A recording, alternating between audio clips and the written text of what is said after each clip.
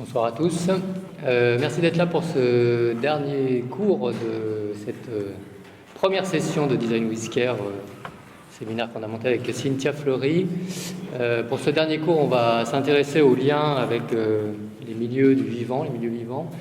On a souhaité, et je remercie vivement Marion Valère d'être venue, qui est à la fois philosophe et pragmatiquement aussi à la mairie de Paris. Donc on aime bien aussi cet aller-retour qu'on cherche entre penser et faire, qui est une des parties du chemin qu'on essaye d'écrire.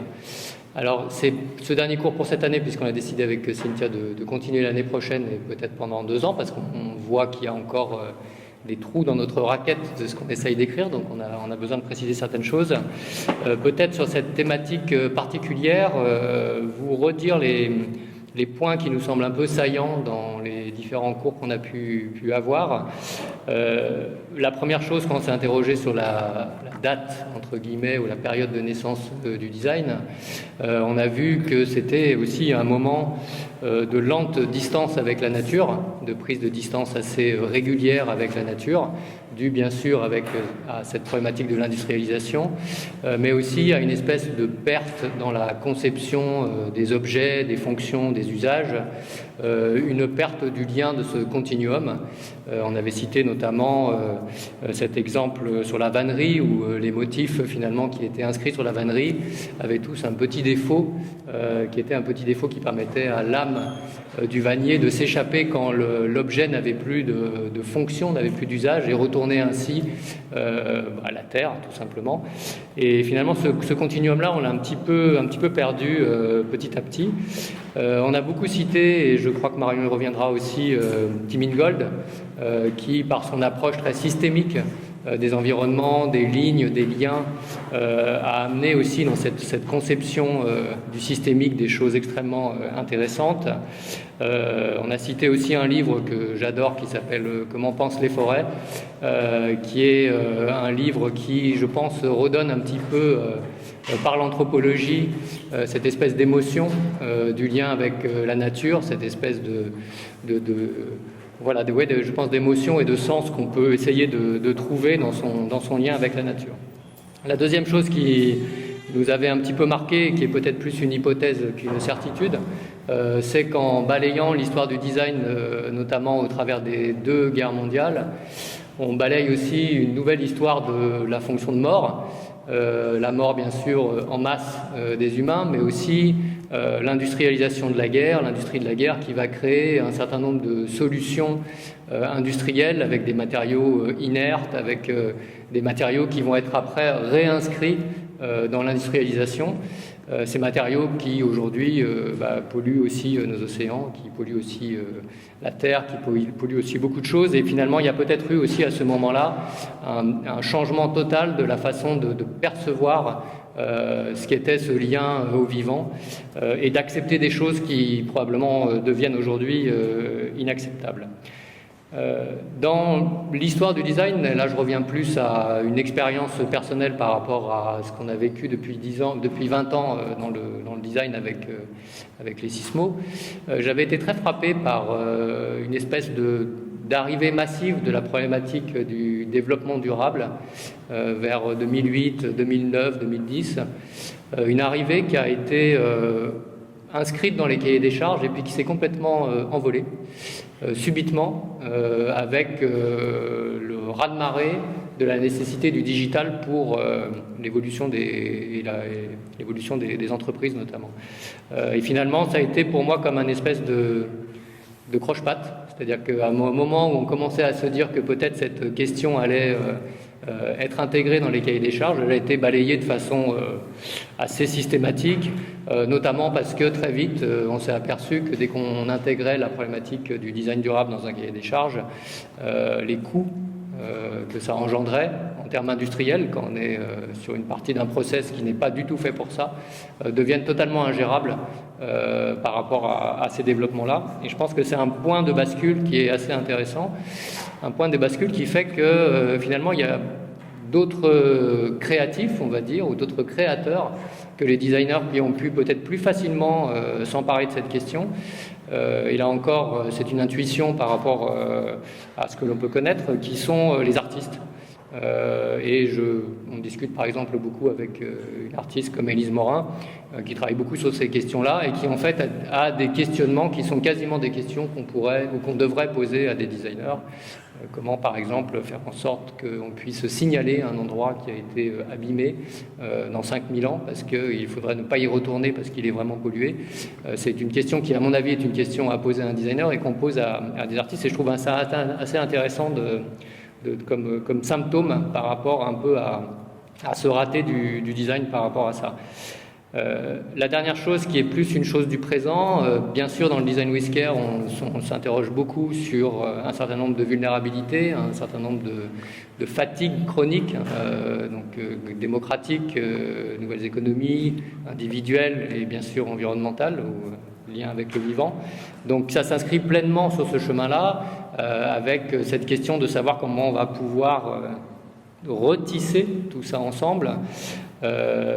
Et cette problématique finalement aussi qui nous apparaît assez fortement d'une question dont va parler Marion aussi, qui est cette question de la culture, de la nature, de la culture du sauvage, de la culture de notre lien à ces milieux vivants.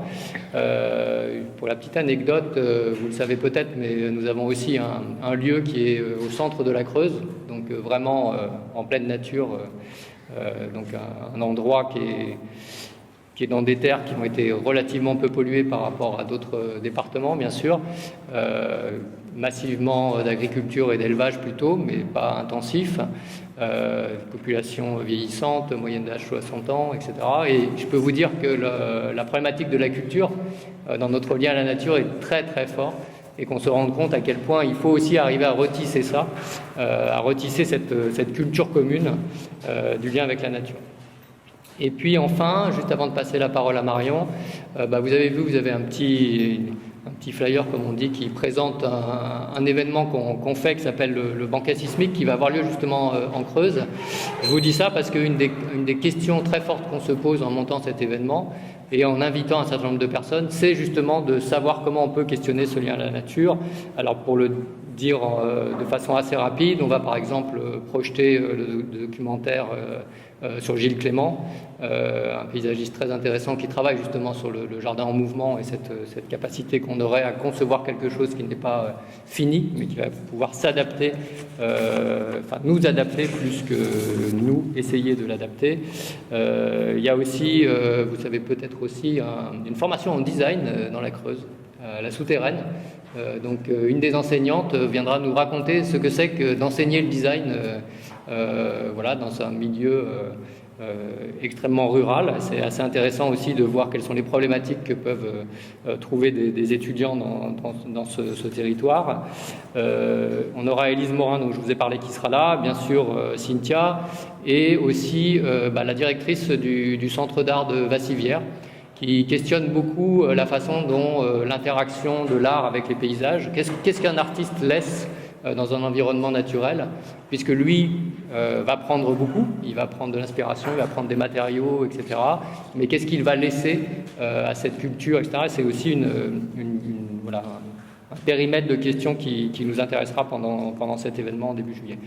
Je laisse la parole à Marion et on fait comme d'habitude, on essaye de se garder un petit moment de questions pour la fin afin de pouvoir interagir avec notre intervenant. Merci beaucoup. Bonsoir à toutes et tous. Merci pour cette invitation. Donc effectivement, ce soir, je vais parler, moi à la fois en tant que philosophe de l'environnement, puisque c'est ce qui me passionne comme sujet de recherche, mais également en tant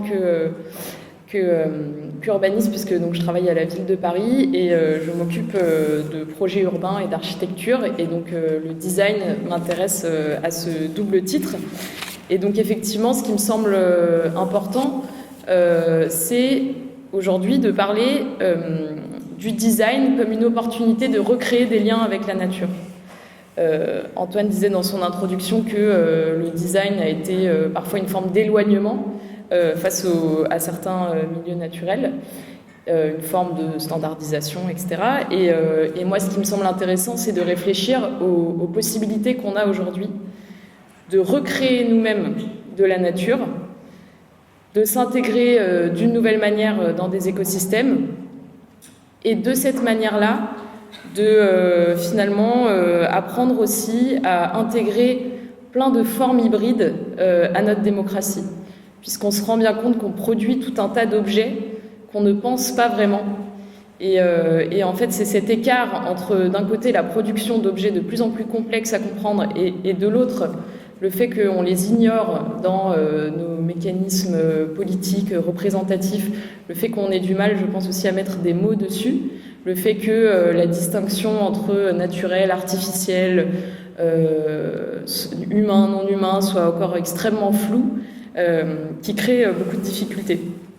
Et donc, pour parler de ça, moi, je vais repartir de l'exemple de la restauration écologique que j'ai étudié d'un point de vue philosophique. Et ce qui me semble intéressant dans la restauration écologique, c'est le fait de partir d'un cas extrême de destruction de l'environnement pour se demander finalement comment est-ce qu'on a envie de recréer de l'environnement. Et en se posant cette question-là, on se pose une question plus globale qui est comment on a envie d'interagir aujourd'hui avec nos écosystèmes. Est-ce qu'on a le droit, est-ce qu'on a la capacité de créer de la nature ? Comment ? Avec qui peut créer de la nature ? Voilà, on parlait des artistes, des designers, toutes ces questions-là me semblent très importantes. Donc la restauration écologique, très simplement, c'est une pratique qui consiste à réparer, à soigner un écosystème qui a été endommagé. Là, j'ai mis une image des feux en Californie qu'il y a eu l'été dernier, que vous avez sûrement suivi. Bien évidemment, ce n'est pas quelque chose de très récent, c'est arrivé à plein d'endroits, à plein de moments. Et c'est toujours poser la question, que fait-on quand on est face à un environnement dégradé ? Donc ça peut être suite à un incendie, suite à une canicule, suite à une intervention humaine ou non. Voilà, qu'est-ce qu'on fait face à ça ?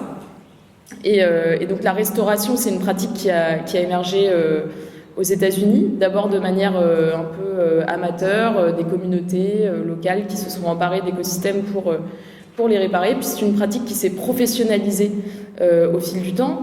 Aujourd'hui, vous avez des grandes entreprises qui financent des restaurations écologiques, soit sur des terres où elles interviennent directement, soit sous forme de compensation. Exemple, voilà, j'abîme un environnement sur tel continent, mais j'en répare un autre sur un autre continent. Ce qui nous pose évidemment des questions éthiques. Et donc, via cette restauration, ce qui me semble intéressant, c'est de réfléchir à ce qu'on souhaite mettre dans ces nouveaux écosystèmes et finalement au principe d'éthique environnementale qu'on peut partager aujourd'hui, puisque nous voyons bien qu'aujourd'hui, l'écologie émerge dans les sphères politiques, philosophiques, dans tout un tas de sphères, et en même temps, on est assez démunis en termes de principes éthiques qu'on souhaite se fixer, c'est-à-dire des questions comme telles que celles que je citais tout à l'heure, à quel point est-ce qu'on a droit d'intervenir dans des écosystèmes ? Est-ce qu'il faut laisser de la nature complètement sauvage, ou alors est-ce qu'il faut essayer de réparer au contraire tous les écosystèmes sur Terre ?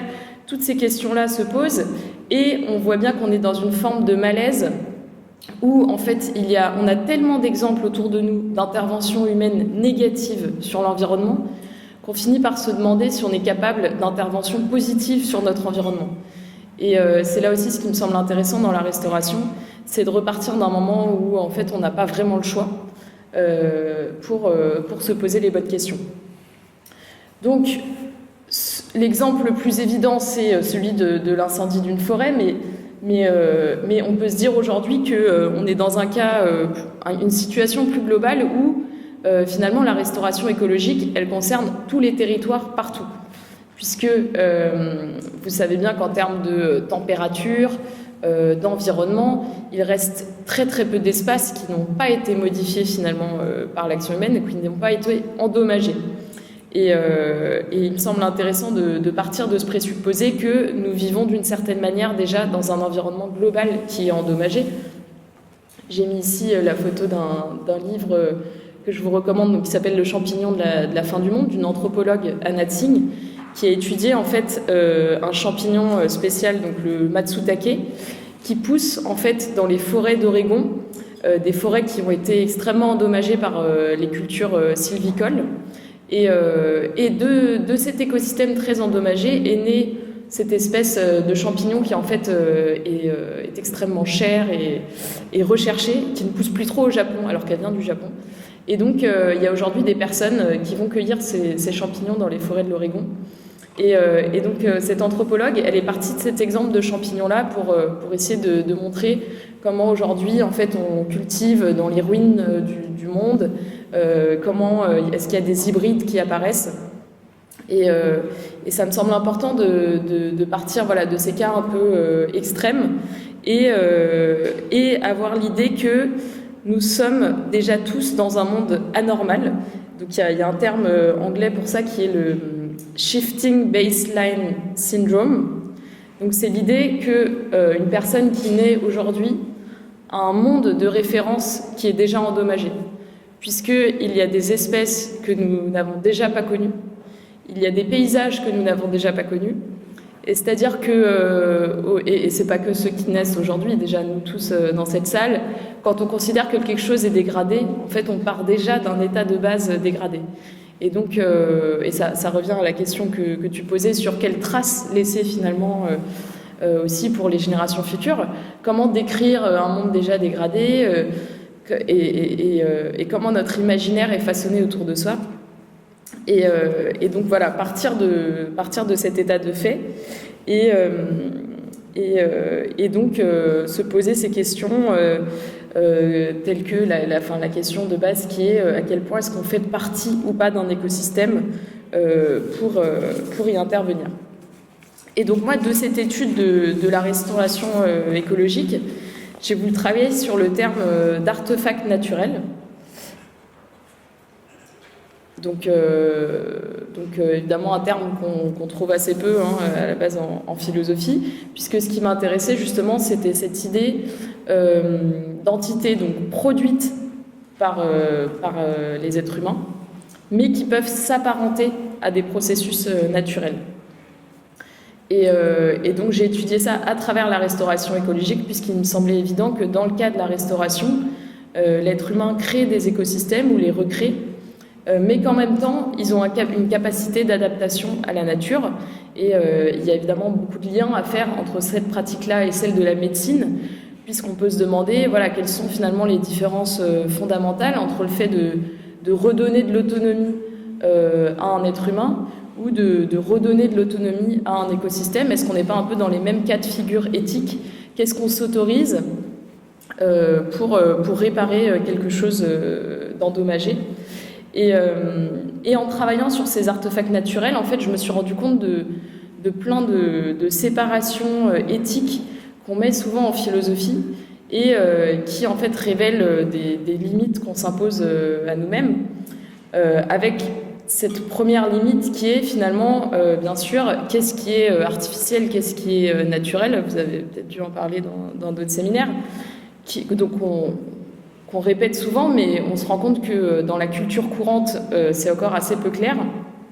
Et donc, effectivement, il y a un auteur qui est intéressant par rapport à tout ça, qui est Tim Ingold, que tu as cité, donc qui est un anthropologue qui enseigne à Aberdeen, qui a cité une expérience assez connue, en fait, qui est d'imaginer ce que feraient des extraterrestres s'ils arrivaient sur Terre et qu'ils souhaitaient déceler des choses non naturelles.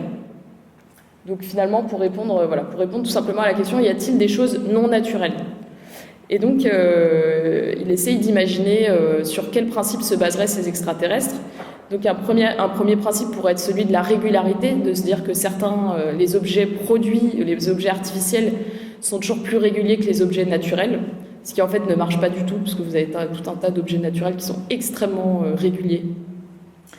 Est-ce que le fait que ces objets soient produits peut être un principe distinctif?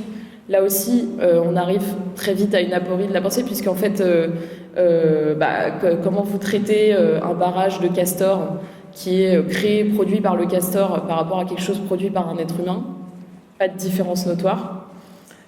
Comment différencier une aile d'oiseau d'une aile d'avion? Les deux sont fonctionnelles, elles servent à quelque chose. Donc là aussi, pas de critères distinctifs. Et finalement, on se rend compte au bout de cette expérience qu'on n'arrive pas à distinguer les choses non naturelles des choses naturelles, et que la seule différence, en fait, qu'on s'impose tous, c'est le fait d'être créé par l'être humain. Et qu'en fait, on fait tous ce raccourci de se dire, quand quelque chose est produit par l'être humain, eh bien, il est non naturel. Il est artificiel. Voilà, ça nous semble être assez évident. Or, ce principe-là suppose tout simplement que l'être humain est un être non naturel. Ce qui est quand même assez fou à penser. Et pourtant, on fait tous ce raccourci au quotidien. Et donc ça, c'est un point de départ extrêmement important quand on fait de la philosophie de l'environnement, c'est déjà de se rappeler que nous faisons partie des écosystèmes et que donc nous, en tant qu'êtres humains, nous avons la possibilité de créer des choses naturelles. Pourquoi ne pourrions-nous pas, nous aussi, créer des choses naturelles? Parce qu'en fait, en se mettant ces barrières-là, on rend impossible toute action positive, finalement, dans notre environnement. Et donc, pour répondre à tout ça, Tim Ingold parle, lui, de l'exemple du panier. Je ne sais pas si vous en avez parlé déjà. En fait, il prend un exemple donc, d'un panier tressé et il explique que si les extraterrestres justement s'intéressaient à ce panier, ils auraient beaucoup de mal à différencier en fait ce qui a été produit et ce qui vient de la matière elle-même. Puisque le tissage, le tressage, c'est une interaction permanente entre la matière et l'agent qui opère sur cette matière. Et donc voilà, quand on prend un panier, finalement, comment se dire ce qui est naturel ou ce qui a été créé artificiellement, il dit c'est impossible, c'est une interaction permanente. Et donc Tim Ingold, lui, propose justement ce principe du tissage comme un nouveau paradigme d'interaction avec l'environnement. Il dit justement, en fait, il faudrait voir toute action avec l'environnement comme un tissage, essayer d'être toujours dans cette interaction, dans cette création mutuelle, dans ce respect de la matière.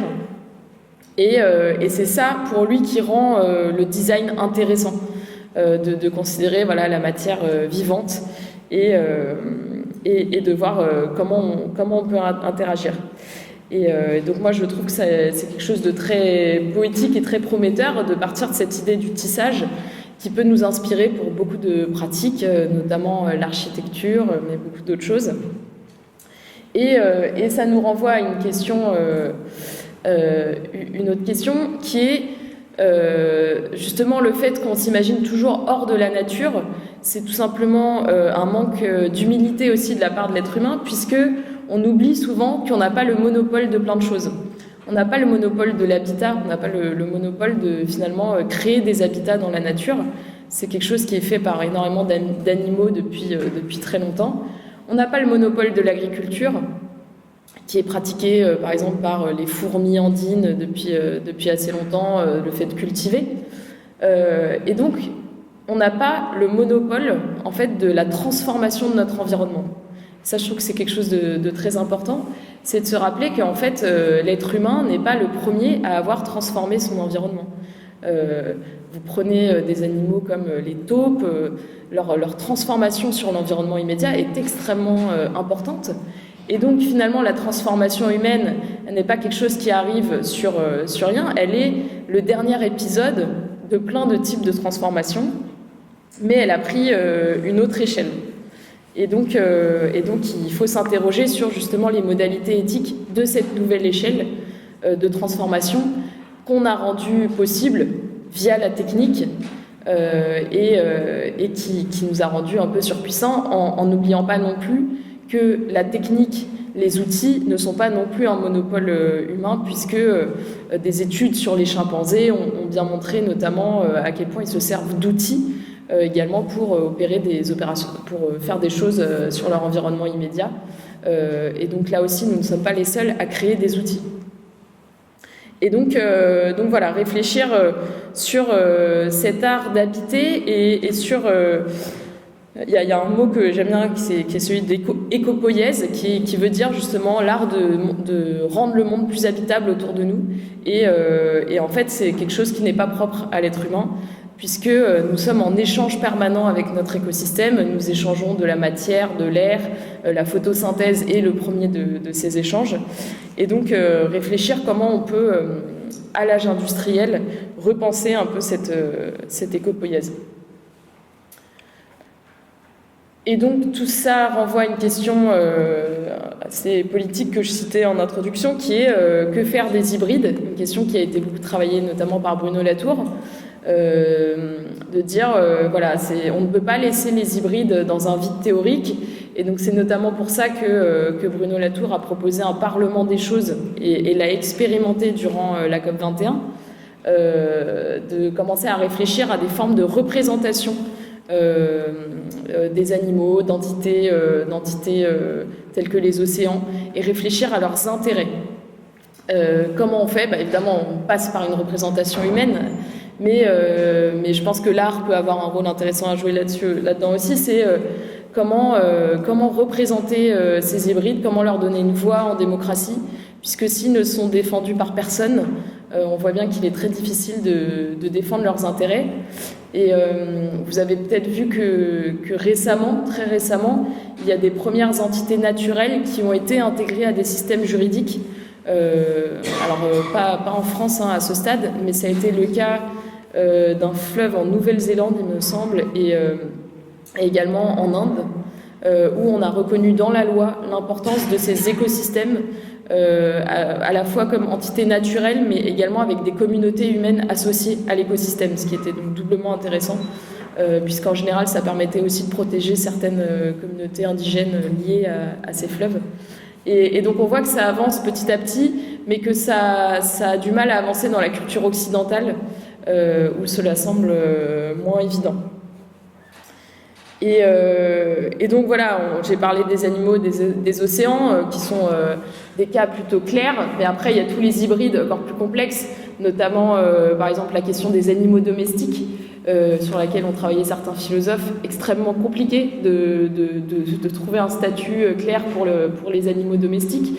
Et d'ailleurs le parti animaliste a fait des scores assez énormes aux dernières européennes. Je pense que ça révèle pas mal de choses aussi sur l'attachement qu'ont certaines personnes et aujourd'hui un statut très peu clair.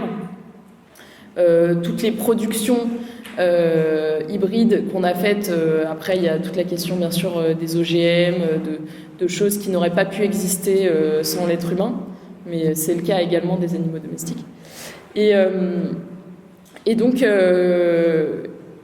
je pense que un présupposé de base, c'est de sortir de cette idée d'être humain en dehors de la nature, qui est en fait quelque chose qu'on retrouve à la fois dans la pensée industrielle, mais aussi finalement dans certains discours écologistes, où on a l'impression que dès lors que l'homme s'implique, on court à la catastrophe. Mais si on part de ce présupposé, il y a pratiquement aucune chance de faire des choses bien. Et il me semble très important de repartir aussi quand même de certaines interactions positives. Et c'est là que la restauration écologique est importante pour redéfinir un lien éthique à l'environnement. Et donc moi j'ai travaillé sur 3 principes notamment liés à ces artefacts naturels, qui sont le potentiel d'autonomie, c'est-à-dire pour produire des artefacts naturels où on puisse dire qu'on fait une bonne production, se demander si l'objet créé a un potentiel d'autonomie, est-ce qu'il peut à terme peut-être exister sans son créateur. Un potentiel aussi de réalité, c'est-à-dire plutôt que de parler d'artificiel ou naturel, parler d'un principe de réalité. Par exemple, quand on crée une piste de ski à Dubaï, elle n'a absolument aucune chance d'exister là sans l'action humaine, et donc elle n'est liée à aucun principe de réalité, alors que lorsqu'on recrée un écosystème naturel à un endroit, là il y a un principe plus de réalité, donc qu'on peut lier aussi à un principe de naturalité, c'est-à-dire est-ce que ça aurait pu exister dans un écosystème finalement sans l'action humaine. Donc, pour revenir un petit peu sur l'histoire et les controverses de la restauration écologique, donc, comme je le disais, c'est une pratique née pas mal aux États-Unis, qui a été rendue célèbre notamment par un auteur qui est Aldo Leopold, qui est un des auteurs fondateurs de l'éthique environnementale, qui a écrit l'Almanach d'un comté des sables, dont je parlerai plus tard, qui en fait a lui-même pratiqué des restaurations écologiques vraiment dans son environnement immédiat. Et donc c'est une pratique qui est restée très confidentielle en France, notamment pendant de longues années, et qui aux États-Unis est beaucoup liée bien sûr aussi à des références historiques et culturelles et à l'idée des frontières, à l'idée de revenir à une nature sauvage, puisque l'idée du sauvage est quelque chose de très important dans la culture américaine et beaucoup plus que dans la culture européenne, et notamment française. Et donc c'est aussi ça qui a amené beaucoup de restauration locale et beaucoup de fascination locale pour engager des restaurations pour revenir à une nature sauvage. Et donc la restauration écologique, elle a été reconnue dès 1992 dans la déclaration de Rio comme quelque chose d'important dans notre rapport à l'environnement. Et en fait, quand on étudie un peu les différentes possibilités de restauration, on se rend compte de choses extrêmement intéressantes sur justement notre rapport à la nature, puisque rien qu'en étudiant les différentes définitions, on se rend compte qu'au début, l'idée de la restauration écologique, c'était vraiment de revenir au passé. Donc un écosystème est endommagé, je décide de le remettre à son état antérieur. Sauf que là se pose la première problématique qui est intéressante du point de vue du design, c'est quel est l'état de référence du passé, puisqu'en fait quand on dit voilà je veux revenir à l'état sain ou l'état référent, en fait on peut, si je prends l'exemple d'une forêt aux États-Unis, est-ce qu'on revient à l'état sauvage pré-indien? Est-ce qu'on revient à l'état pré-colon? Est-ce qu'on revient à un état récent? Et rien que cette question-là est extrêmement importante, puisqu'en fait on se rend compte que dans toute communauté on plaque évidemment des références culturelles sur un écosystème, et en fait ça a créé beaucoup de débats localement, puisque certains considéraient que bien évidemment la référence c'était la nature pré-colonisation, ou d'autres que c'était la nature pré-ère industrielle. Mais en fait, rien que ça, il est assez difficile d'arriver à un accord. Et par ailleurs, parfois, ce choix culturel de rapport au passé vise à exclure certains membres de la communauté pour montrer que la vraie nature, c'était avant eux. Et donc voilà, ça c'est le premier aspect important, c'est la référence temporelle. Ensuite, il y a la question de l'approche, c'est-à-dire qu'est-ce qu'on vise à créer quand on fait une restauration écologique. Et là aussi des approches très différentes. Donc une première approche qui est celle de la wilderness. Donc là c'est vraiment l'idée de la nature sauvage, qui est un terme très important dans la culture américaine, avec l'idée de recréer une nature sauvage où finalement il n'y aurait plus d'êtres humains. C'est vraiment l'idée de la wilderness à la base, c'est une nature sans humain, puisqu'on se rend compte que finalement la définition du sauvage, de la nature vierge, c'est quelque chose sans être humain, ce qui en soi déjà pose question, puisque après tout on peut se dire que l'être humain a aussi une capacité au sauvage et une capacité à être inclus dans des écosystèmes sauvages, mais ça ne fait pas du tout consensus. Donc première, la wilderness. Il y a également l'approche arcadienne, qui est en gros l'approche pastoraliste, l'idée qu'on est là pour avoir des rapports de soins avec la nature, un peu comme un berger avec son troupeau, s'occuper, faire avancer un écosystème. Et une troisième approche qui est l'approche fonctionnaliste, où là l'idée c'est que un écosystème il a des services à rendre à une communauté, il est là pour quelque chose, et donc il faut recréer cet écosystème au mieux pour que ces services-là soient rendus. Et donc en fait ça a énormément varié d'une restauration à l'autre. Et il y a eu notamment des grands échecs de projets de restauration. Par exemple, aux Pays-Bas, où il y a eu des projets de restauration lancés très très importants qui visaient à revenir à une nature préhistorique et à réintroduire des espèces préhistoriques. Et or, bien évidemment, cela supposait de supprimer des exploitations agricoles. Puisque, notamment dans des pays assez densément peuplés, si vous voulez revenir à une nature préhistorique, il y a un moment vous touchez à des paysages humains. Et donc, il y a eu à un moment un grand conflit entre le gouvernement néerlandais et des agriculteurs installés, puisqu'ils se sont rendus compte qu'ils étaient exclus de ce projet de restauration, de ce projet culturel. Et donc, ils ont dû aller négocier pour trouver leur place dans ce futur écosystème. Et il y a eu aussi beaucoup d'échecs de projets de restauration, soit parce que en fait on connaissait mal l'écosystème et donc on essayait de recréer des choses, ça marchait pas, ou aussi parce qu'on se fixait justement un état de référence qui n'était plus pertinent à l'heure actuelle, puisque aujourd'hui, avec l'évolution climatique, essayer de faire une nature préhistorique aujourd'hui, c'est pas évident. Et donc ça pose une question centrale qui est: est-ce qu'on doit encore espérer revenir à une nature d'avant, ou est-ce que en fait de toute façon ça ne sert à rien, puisque on est obligé d'être dans un processus maintenant de création, d'adaptation climatique, et accepter qu'il y a certains paysages qu'on ne reverra jamais. Ce qui n'est pas évident du point de vue culturel, mais finalement c'est des questions à se poser aujourd'hui, je pense. Voilà, est-ce qu'il y a des choses qu'on accepte de ne plus connaître, ou est-ce qu'il faut tenter par tous les moyens possibles de revenir à cet état un peu idéalisé. Et donc voilà, je parlais de cette évolution des définitions. Donc après cette définition du retour au passé, il y en a une autre qui s'est imposée, qui était plus l'idée d'assister l'écosystème dans sa guérison, qu'on peut vraiment lier au mouvement du CARE aussi, de dire voilà, on n'est pas là pour imposer quelque chose à un écosystème, mais on est là pour l'assister dans un mouvement de guérison, un peu comme on assiste un être humain, et on est là en appui de la nature, pas pour imposer des choses. Et puis un paradigme plus récent qui est celui de la réhabitation, qui me semble intéressant, qui est l'idée qu'en fait, quand on fait une restauration écologique, le plus important, c'est pas de recréer du passé, mais c'est vraiment de recréer quelque chose avec un écosystème. En fait, de se concentrer sur le processus de création, le processus d'interaction avec la nature, et de se dire que c'est ça qui compte vraiment. Et donc ça, c'est quelque chose qui est arrivé récemment, notamment suite à tous ces échecs de restauration, puisqu'il y a un taux d'échec quand même assez important, où on s'est rendu compte qu'on n'arrivait pas à recréer le passé.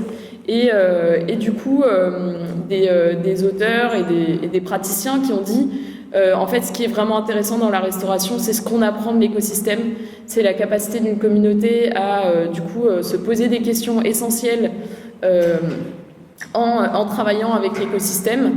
Et du coup, c'est pour ça qu'on parle de réhabitation. Et je pense que c'est très important de voir justement la restauration comme une opportunité créative. Alors Tim Ingold dit qu'il faut passer de l'objet à la chose, c'est-à-dire passer d'un moment où on verrait l'objet, enfin la matière inerte, à la chose où justement on voit l'interaction, on essaye d'être dans un processus de co-création finalement avec la nature.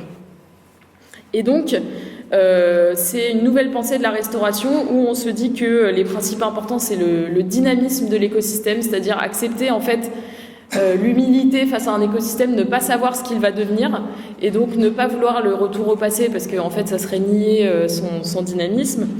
Un principe de bénéfice double, c'est-à-dire qu'une restauration doit bénéficier autant à une communauté humaine qu'à une communauté naturelle. Et un principe de démocratie, puisque en fait on voit bien qu'il y a énormément de conflits culturels liés à la restauration, et donc se dire que une restauration, elle peut pas être imposée, elle doit être négociée à la fois entre humains et avec un écosystème, et qu'il faut se poser des questions vraiment politiques, de choix, de à quel état on veut aller, qui peut s'impliquer, qui doit faire, etc. Et donc il y a des controverses qui me semblent intéressantes autour de la restauration.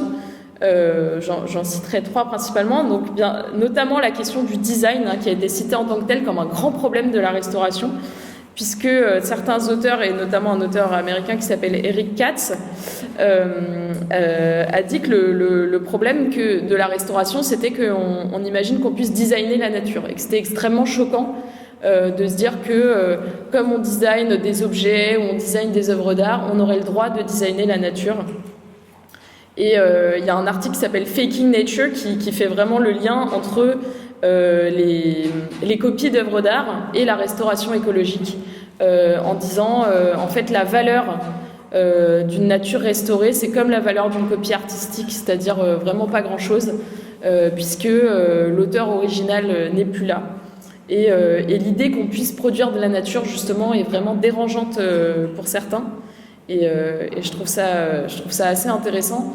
Et en plus, avec toute cette ambiguïté du terme design, où on n'a pas vraiment de traduction française pour le coup, avec l'ambiguïté entre le dessin, les deux mots dessin, et voir est-ce que finalement on peut designer quelque chose sans lui imposer un dessin au sens lui imposer un projet, une trajectoire. Est-ce qu'on peut designer en laissant de l'autonomie à l'objet naturel? Et donc ce qui renvoie à la question de la genèse, qui est vraiment un des points qui pose problème sur la restauration, qui est la genèse humaine. C'est-à-dire, certains disent, dans la mesure où la genèse d'une restauration, c'est l'être humain, ça a fait baisser sa valeur, puisque la valeur des écosystèmes, c'est justement de n'être pas créé par l'être humain. Et donc, certains auteurs parlent notamment de valeur intrinsèque de la nature, qui est un terme assez important en éthique environnementale, de dire la valeur intrinsèque de la nature, c'est la valeur qui n'est pas donnée, qui n'est pas plaquée par l'être humain sur quelque chose. Et un écosystème, il a une valeur intrinsèque qui n'est pas liée à sa fonction, à son usage de l'être humain. Et donc, dès lors qu'on met de l'action humaine là-dedans, ça fait perdre cette valeur. Ce qui renvoie à la troisième question, j'ai mis le grand remplacement, mais c'est l'idée en fait qu'on assiste à un grand remplacement de la nature par de la nature humaine, qu'en fait on ne laisse plus aucune zone vierge parce qu'on a ce désir de contrôle de toutes les zones naturelles. Et donc c'est quelque chose qui a inquiété notamment beaucoup les auteurs américains, plus qu'européens, avec l'idée aussi de certains que même finalement les zones de nature sauvage, la wilderness ou les parcs naturels, gros sujet parcs naturels aussi aux États-Unis, qu'en fait ce sont d'autres formes de contrôle de l'être humain.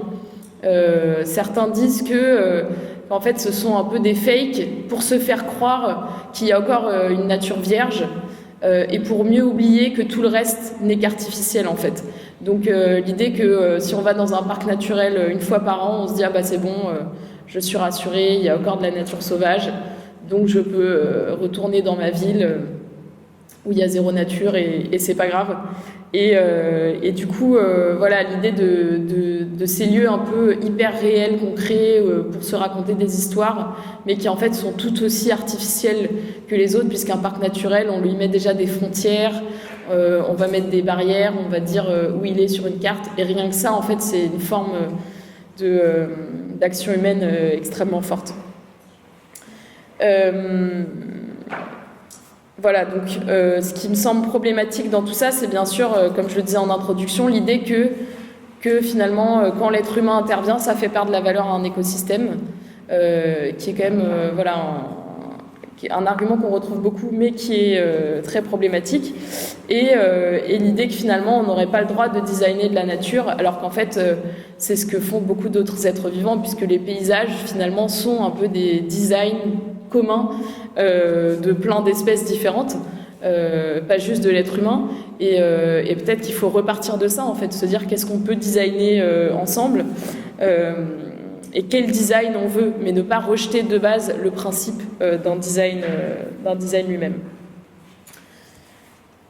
Donc, comme je le disais en introduction, la restauration telle qu'elle, elle a été étudiée sur des espaces un peu confinés, mais aujourd'hui, on voit bien que ça devient une problématique globale, qu'on peut considérer que finalement tout est à restaurer.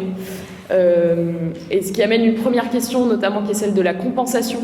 Ça me semble important parce que c'est quelque chose qu'on retrouve beaucoup aujourd'hui dans plein de projets, plutôt de grandes entreprises, l'idée de la compensation écologique, ou qu'on retrouve aussi aujourd'hui, par exemple par rapport à l'avion. On nous propose de compenser des vols. Et c'est une question qui est quand même pas évidente à traiter d'un point de vue éthique, parce que si on parle de destruction d'un écosystème et de compensation, il y a un philosophe qui disait en fait c'est comme si vous donnez, vous avez deux tasses, vous mettez du poison dans une tasse et vous mettez un remède dans l'autre, et vous avez quand même tué une personne en fait. Donc cette question pas évidente de se dire est-ce qu'on peut compenser, et comment négocier avec certaines espèces, Et là-dessus, il faut faire preuve un peu de créativité, d'imagination, parce que si on se dit que justement on veut négocier avec les hybrides, faire un peu ce parlement des choses, il y a toujours des moments quand même où on tue d'autres espèces, où on va impacter des écosystèmes, et donc se demander quelle peut être la négociation, quelles peuvent être des formes de compensation. Et donc il y a certains auteurs, par exemple un philosophe français qui s'appelle Dominique Lessel, qui dit il faut négocier avec les communautés animales, se dire si j'ai porté atteinte à la communauté des lapins sur ce projet, qu'est-ce que je peux rendre à la communauté des lapins ? Ce qui peut sembler amusant à premier abord, mais finalement, ça peut être une question. Est-ce qu'on peut considérer la communauté des lapins comme une communauté globale à qui on pourrait rendre quelque chose, ou est-ce qu'on considère les entités vraiment être individu par individu ? Et donc, quand on parle de cette perspective globale, il y a quelque chose qui me semble important, qui est en fait la restauration écologique urbaine, qui n'est pas une pratique dont on parle vraiment en soi, mais en fait dont on voit l'émergence très fortement en ce moment, puisque les villes sont un peu des espaces extrêmes, où finalement on s'est fait à l'idée que l'être humain avait une sorte un peu de monopole sur ces espaces, que c'était des espaces où les autres espèces avaient pas vraiment le droit, ou un peu de manière cachée, de s'intégrer, ou sous forme d'animal domestique au mieux. Mais on voit bien que ça n'est plus possible, déjà pour des raisons juste de survie, puisque si vous êtes dans des espaces trop minéraux et sans d'autres espèces, les phénomènes d'îlots de chaleur tout simplement font qu'on va rendre les villes invivables. Et du coup, on voit émerger aujourd'hui plein de pratiques de restauration de la ville, de restauration écologique de la ville, et ça commence dans Paris actuellement. Il y a certaines politiques publiques, je ne sais pas si vous êtes familiers, par exemple le permis de végétaliser, qui permet à chacun de végétaliser quelque chose devant chez soi, de se dire les citoyens en fait ils ont le droit d'agir sur l'espace public, et s'ils ont envie de végétaliser un bout de trottoir devant chez eux ou un pied d'arbre, ils en sont rendus responsables, ils ont le droit de le faire eux-mêmes, et c'est pas le monopole de la collectivité. Ce qui me semble assez intéressant, qui est un peu une révolution aussi pour l'action publique, de se dire qu'on n'a pas le monopole sur l'espace public. Donc voilà, recréer des espaces un peu de soins à l'échelle individuelle, et puis bien sûr une transformation de l'architecture, de tout simplement se dire que la minéralité ce n'est pas obligatoire à Paris mais aussi ailleurs, et que la végétalisation a sa place dans la ville. Dit comme ça semble assez logique, mais c'est un débat extrêmement controversé dans le milieu des architectes et notamment des protecteurs du patrimoine, puisque beaucoup de gens considèrent que la minéralité, c'est vraiment l'essence de Paris. Que Paris est une ville minérale historiquement, et là ça renvoie à la question tout à l'heure qui est quel est notre état de référence, puisque inutile de dire que Paris, si on prend le territoire parisien, ça n'a pas toujours été minéral. Il y avait quelque chose avant les bâtiments, il y avait quelque chose avant Haussmann, et il y avait de la végétation, il y avait des marais, il y avait plein de choses. Mais donc dire Paris est une ville minérale, ça veut dire le Paris qu'on veut est un Paris minéral. Mais en fait, après tout, pourquoi est-ce que les bâtiments parisiens ne pourraient pas être végétalisés à la fois en façade, en toiture ? Et c'est vraiment intéressant de voir comment ces débats mobilisent et peuvent opposer des gens. Et c'est là qu'on voit à quel point notre rapport à la nature est encore extrêmement complexe. On considère parfois que la nature va à l'encontre de l'histoire et de notre culture, et qu'il est important que des endroits restent vraiment réservés à l'être humain, parce que si vous rendez impossible toute végétalisation de certains endroits, vu le coefficient faible de parcs, déjà, vous rendez peu possible l'éclosion de biodiversité. Donc là, par exemple, j'ai mis une photo d'une école à Boulogne qui a été faite assez récemment, qui est une école expérimentale qui vise à créer complètement un nouvel écosystème dans Boulogne, qui est étudié de très près, et c'est très intéressant parce que déjà, comme projet pédagogique pour les enfants, c'est très différent. Ils ont fait tout un projet d'école autour de ça, et ça leur permet d'avoir un contact au quotidien avec un nombre d'espèces très différent qui a doublé depuis qu'ils ont livré l'école. Et ça mène aussi une révolution esthétique de l'architecture. Là, j'ai mis quelques exemples de projets dans Paris. puisque justement le fait de se dire qu'on intègre de la végétalisation au bâtiment mène des formes architecturales qu'on n'avait pas forcément imaginées, mène des conceptions architecturales et puis même un processus d'architecture qui est différent, puisque en général quand on fait de l'architecture on la pense avant tout pour l'être humain, et de dire que pourquoi pas les architectes devraient en fait penser leurs bâtiments comme un bénéfice pour par exemple 5 espèces, se dire bah voilà, ce bâtiment là je pense qu'il devrait vraiment être pensé pour l'être humain, les abeilles, je ne sais quoi, parce que c'est ce qu'il y a dans cet environnement immédiat. C'est pas du tout comme ça qu'est enseignée l'architecture aujourd'hui. Et donc se dire finalement que chaque nouvelle toiture, chaque nouvelle façade qu'on crée aujourd'hui, on est dans une telle urgence qu'elle devrait être pensée pour d'autres espèces. Et donc ce que je trouve intéressant, c'est qu'en fait ça crée aussi complètement un nouvel imaginaire urbain. Je pense qu'on n'est même pas au début de l'imagination de ce que pourrait être une ville comme Paris dans quelques années. Si par exemple déjà on change les bâtiments pour les végétaliser, mais si aussi on a un nouveau rapport au sol. Là aussi j'ai mis une image en fait de ce qu'on appelle les cours oasis.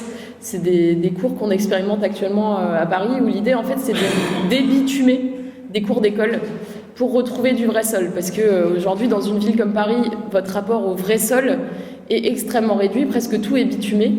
Et notamment les cours d'école qui sont d'autres îlots de chaleur. Et du coup de se dire, nous on a commencé un peu par les cours d'école, comment est-ce qu'on peut recréer du sol perméable quand la pluie tombe, que ça ne va pas faire des inondations tout simplement, mais aussi de replanter. Et donc ça c'est un début, mais si on applique le même raisonnement à toutes les cours d'immeubles parisiennes, de se dire on débitume et on crée des jardins à la place, vous imaginez la transformation du paysage urbain que ça peut créer. Idem pour toutes les places de stationnement, puisque à terme, si l'usage de la voiture diminue dans Paris, et notamment de la voiture individuelle, en termes de libération d'espace public, c'est absolument phénoménal, et vous pouvez transformer énormément de places de stationnement en continuité végétale. Et donc là aussi, on peut imaginer des rues qui n'auront absolument rien à voir avec ce qu'on connaît aujourd'hui. Et donc je trouve qu'en termes d'imaginaire et de design urbain, c'est très intéressant. Et du coup, on pense plus l'urbanisme et l'architecture de la même manière.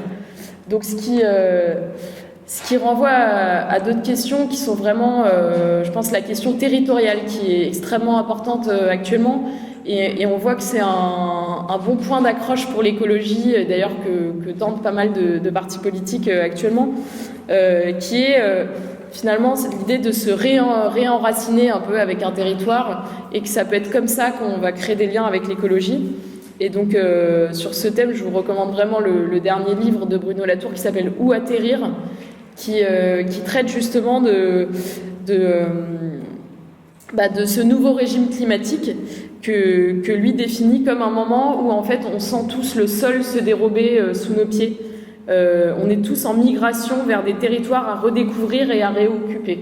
C'est-à-dire que auparavant, la migration, c'était quelque chose de réservé à certaines populations, et certains ne se sentaient pas en danger ou concernés.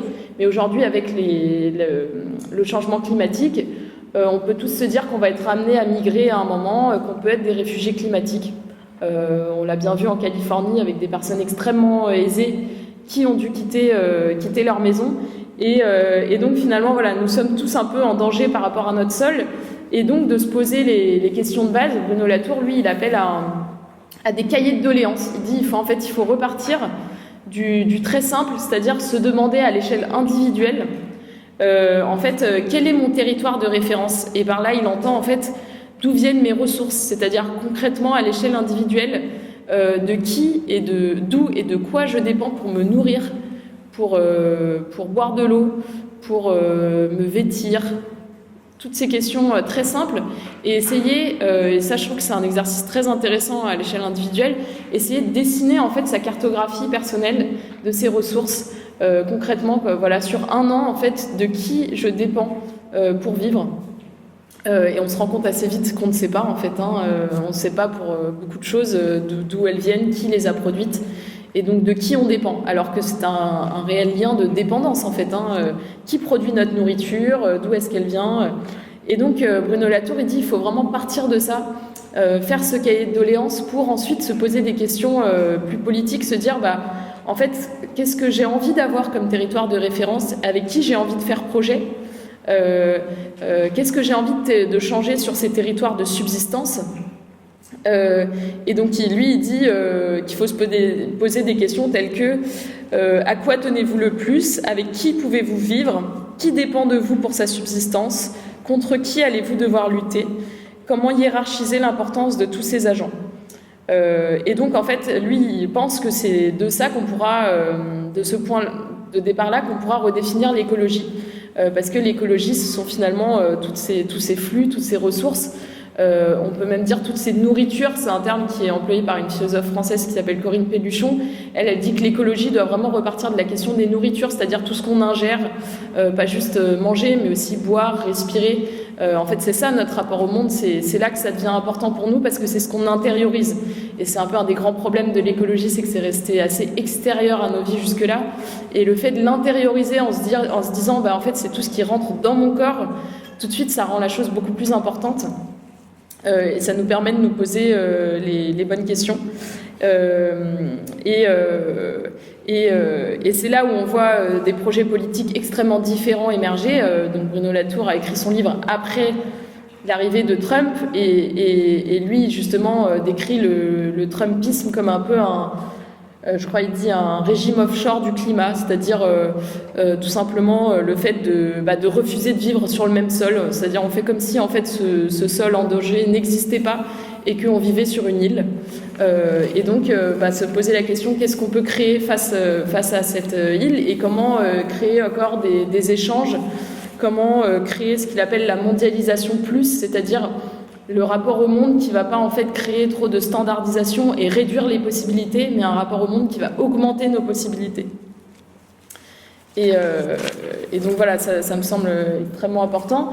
Et donc voilà, comment rendre l'écologie quelque chose d'intérieur à nous. Et il y a eu pas mal de réflexions liées à ça. J'ai mis une photo de Notre-Dame-des-Landes parce que c'est vraiment intéressant. Il y a beaucoup de penseurs qui se sont penchés récemment quand même sur l'expérience de Notre-Dame-des-Landes comme une expérience extrêmement intéressante de retisser des liens avec un territoire, justement, avec l'idée que beaucoup de gens qui sont allés dans la ZAD finalement ne venaient pas de là-bas. Donc c'est justement aussi pour montrer qu'on peut s'accrocher à un territoire sans que ça soit notre territoire natif. Et on réussit à créer des liens avec l'écosystème, à créer une communauté. Et il y a un recueil de textes qui est sorti là-dessus que je vous recommande, qui s'appelle « Éloge des mauvaises herbes », où a également écrit Bruno Latour, où plusieurs auteurs se sont posé cette question simple: pourquoi est-ce qu'on a mis autant de violence et de moyens financiers pour détruire la ZAD, qui était finalement quelque chose de tout petit et de pas si menaçant? Pourquoi est-ce que l'État a voulu la supprimer à ce point-là? Qu'est-ce que ça révèle en fait justement de notre peur de voir ce genre de projet émerger? Et la conclusion de Bruno Latour, c'est qu'en fait Notre-Dame-des-Landes prouve qu'on est là pour en fait donner des leçons à l'État, et qu'il faut voir l'État comme quelque chose qui apprend de nous, et qu'en fait il faut tout le temps enseigner des choses par l'exemple à l'État, et que c'est à ça qu'a servi Notre-Dame-des-Landes.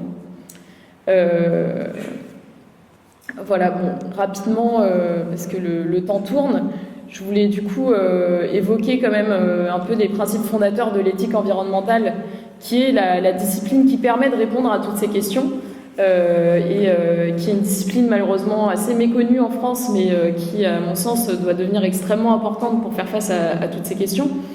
Et donc l'éthique environnementale, c'est une branche de la philosophie qui justement vise à réfléchir à orienter nos actions de manière éthique face à l'environnement, et à repenser toute la philosophie à partir de ce prisme. Puisqu'il ne vous aura pas échappé que la philosophie occidentale parle très peu du rapport à la nature, finalement, parle très peu aussi des autres espèces. Quand on lit plein de textes de philosophie, on a souvent l'impression que l'être humain vit sur une île complètement hors sol, que de toute façon ce n'est pas du tout un sujet, le rapport justement au sol, et on voit bien qu'aujourd'hui il est plus possible de faire de la philosophie comme ça. Et donc ce qui est intéressant dans l'éthique environnementale, c'est que on a un nouvel objet qui est justement pas l'être humain seul, mais l'être humain vu dans un ensemble, une nouvelle échelle, puisque on peut regarder à plein d'échelles différentes, on peut regarder à l'échelle de l'écosystème, on peut regarder à l'échelle des entités vivantes, on peut regarder à l'échelle de la planète et se poser les questions philosophiques à chaque fois à toutes ces échelles, et donc se poser aussi les questions au quotidien de notre impact sur toutes ces échelles différentes, et une nouvelle temporalité, puisque avec la technique, nous avons la possibilité d'influer énormément les générations futures. Et ça, c'est aussi une grande nouveauté du coup à prendre en compte, c'est de se dire, dès lors que je peux avoir un impact sur les générations futures, comment je calcule mes actions. Et là, ça renvoie encore une fois à la représentation politique, et on le voit bien aujourd'hui avec les réclamations de la jeunesse par rapport au climat, de se dire comment on prend en compte les gens qui ne sont pas encore nés, mais qui vont subir nos actions d'aujourd'hui, comment on les prend en compte dans nos processus politiques. Et donc, par rapport à ça, il y a un auteur qui a vraiment été précurseur, qui est Hans Jonas, qui a défini en fait le principe responsabilité, qui est justement ce principe de se dire aujourd'hui, avec l'arme nucléaire, avec la surpuissance technique, on doit se demander quel va être l'impact sur les générations futures. On doit se poser cette question. On ne peut plus passer à côté. Et il a écrit ça au sortir de la Deuxième Guerre mondiale. Et il a parlé d'un seuil d'irréversibilité finalement dans notre pouvoir d'action. Et donc l'éthique environnementale, c'est aussi accepter que le champ de la morale, il n'est pas réservé à l'être humain, mais que quand on se demande si faire quelque chose est moral ou non, on doit aussi se le poser vis-à-vis d'autres espèces. Et donc ça, c'est une avancée qui est finalement énorme du point de vue juridique, du point de vue politique. Et on voit bien que nos systèmes juridiques et politiques sont encore extrêmement peu adaptés pour prendre ça en compte. Et donc ce que disait Hans Jonas, c'est que le simple exercice quotidien de notre pouvoir, qui constitue la routine de la civilisation moderne, devient un problème éthique. Et c'est vrai que c'est un peu aujourd'hui le malaise dans lequel on peut être certain, de se dire prendre l'avion, c'est devenu un problème éthique. Manger certains aliments, c'est devenu un problème éthique parce qu'on ne sait pas bien comment ils ont été produits, etc. Et donc, on se retrouve un peu dans un enfer éthique où on se rend compte que la moindre de nos actions, qui nous semblait être un peu la base de notre vie quotidienne, peut poser des problèmes éthiques à des entités à l'autre bout du monde. Et donc, c'est extrêmement compliqué de vivre, tout simplement, avec ça en tête.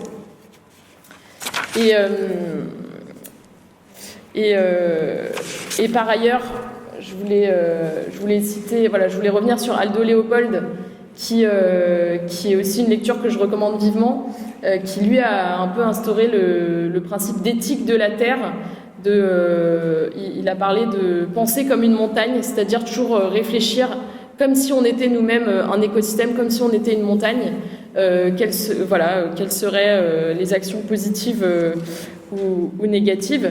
Et ce qui est assez frappant, c'est que quand on lit Aldo Leopold, qui a écrit l'Almanach d'un comté des sables en 1949, je crois, en fait, tous les risques qu'il cite sont exactement les mêmes choses qu'on retrouve aujourd'hui, ce qui est assez inquiétant sur notre capacité d'évolution de la pensée. Mais par exemple, il parle déjà de la fonte du pôle Nord, alors que c'était quand même il y a très longtemps. Il parle de la disparition de certaines espèces, où il dit on ne les verra plus jamais. Il parle de la chasse et il parle déjà du surtourisme en 49. Il dit qu'il y a certaines zones où en fait le surtourisme dans la nature ne rend plus possible la persévérance de certains écosystèmes. Et il parle d'envahissement des continents. Et finalement, il s'interroge sur le rapport de l'Américain moderne à la nature par rapport au rapport plus des Amérindiens.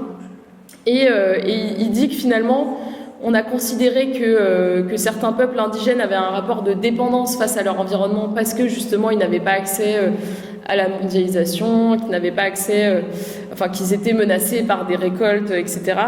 Mais que les dépendances que nous avons créées, nous, finalement, sont pires que la dépendance au milieu, et c'est ce qu'on voit bien aujourd'hui avec l'envie justement de recréer des formes de dépendance à notre milieu, à notre territoire, parce que sinon on n'a plus de rapport au sol, on ne sait même plus de qui on dépend, et que ça devient presque plus désirable d'avoir une forme de dépendance à ce qui nous environne plutôt qu'une dépendance globale.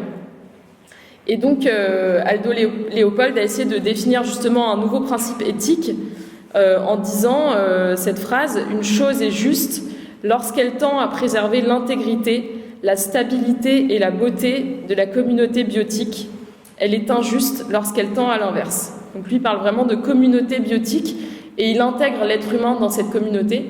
Et d'ailleurs, il a été un des premiers à justement parler de l'importance de passer de la wilderness à la wildness. Et la wildness, c'est l'idée que on peut avoir une communauté biotique justement qui fonctionne avec l'être humain et que on peut nous aussi tendre vers une forme de sauvage ou pas d'ailleurs, mais la wildness, c'est notre capacité à nous intégrer dans des écosystèmes et à ce que ces écosystèmes persévèrent par eux-mêmes. Une autre personne fondatrice pour l'éthique environnementale, c'est Rachel Carson, qui a écrit en 1962 Le Printemps silencieux, qui est un livre très important, où en fait elle décrit un phénomène très simple, qui est le fait qu'on n'entende plus les oiseaux chanter. Et donc c'est un texte qui a beaucoup marqué l'éthique environnementale et qui renvoie vraiment à l'expérience de nature, c'est-à-dire qu'est-ce qu'on fait en fait quand on n'entend plus les oiseaux chanter. Donc elle, en l'occurrence, elle parle déjà des pesticides et d'ailleurs elle est morte d'un cancer lié sûrement aux pesticides. Et elle décrit un environnement naturel où il y a plus d'oiseaux parce qu'ils ont été tués par des pesticides. Et donc tout cela en 1962. Et ça c'est important et ça renvoie à une notion qui a été d'ailleurs un peu traitée par Cynthia Fleury, je crois, qui est vraiment celle d'expérience de la nature, c'est-à-dire aujourd'hui quelle expérience de la nature on peut encore avoir et l'idée d'extinction de l'expérience de nature qui est liée. Par exemple, le fait que aujourd'hui certains enfants qui naissent du coup ont un rapport à des espèces naturelles qui va être extrêmement restreint. Ils vont voir durant leur enfance un nombre d'espèces différentes très très faibles et qu'on peut lier avec d'autres expériences de nature, par exemple de la nourriture. Il y a aujourd'hui des études qui montrent que certains enfants américains n'ont presque jamais consommé un produit frais. Un fruit ou légumes frais, ils n'ont consommé que des choses transformées. Et de se dire, voilà, comment on peut justement avoir un rapport sain à l'écologie, à l'éthique, quand c'est ça notre expérience de base et qu'on a une expérience extrêmement dégradée. Et donc voilà, de se dire, certaines personnes n'entendront jamais des oiseaux chanter le matin. Enfin, c'est des questions assez importantes.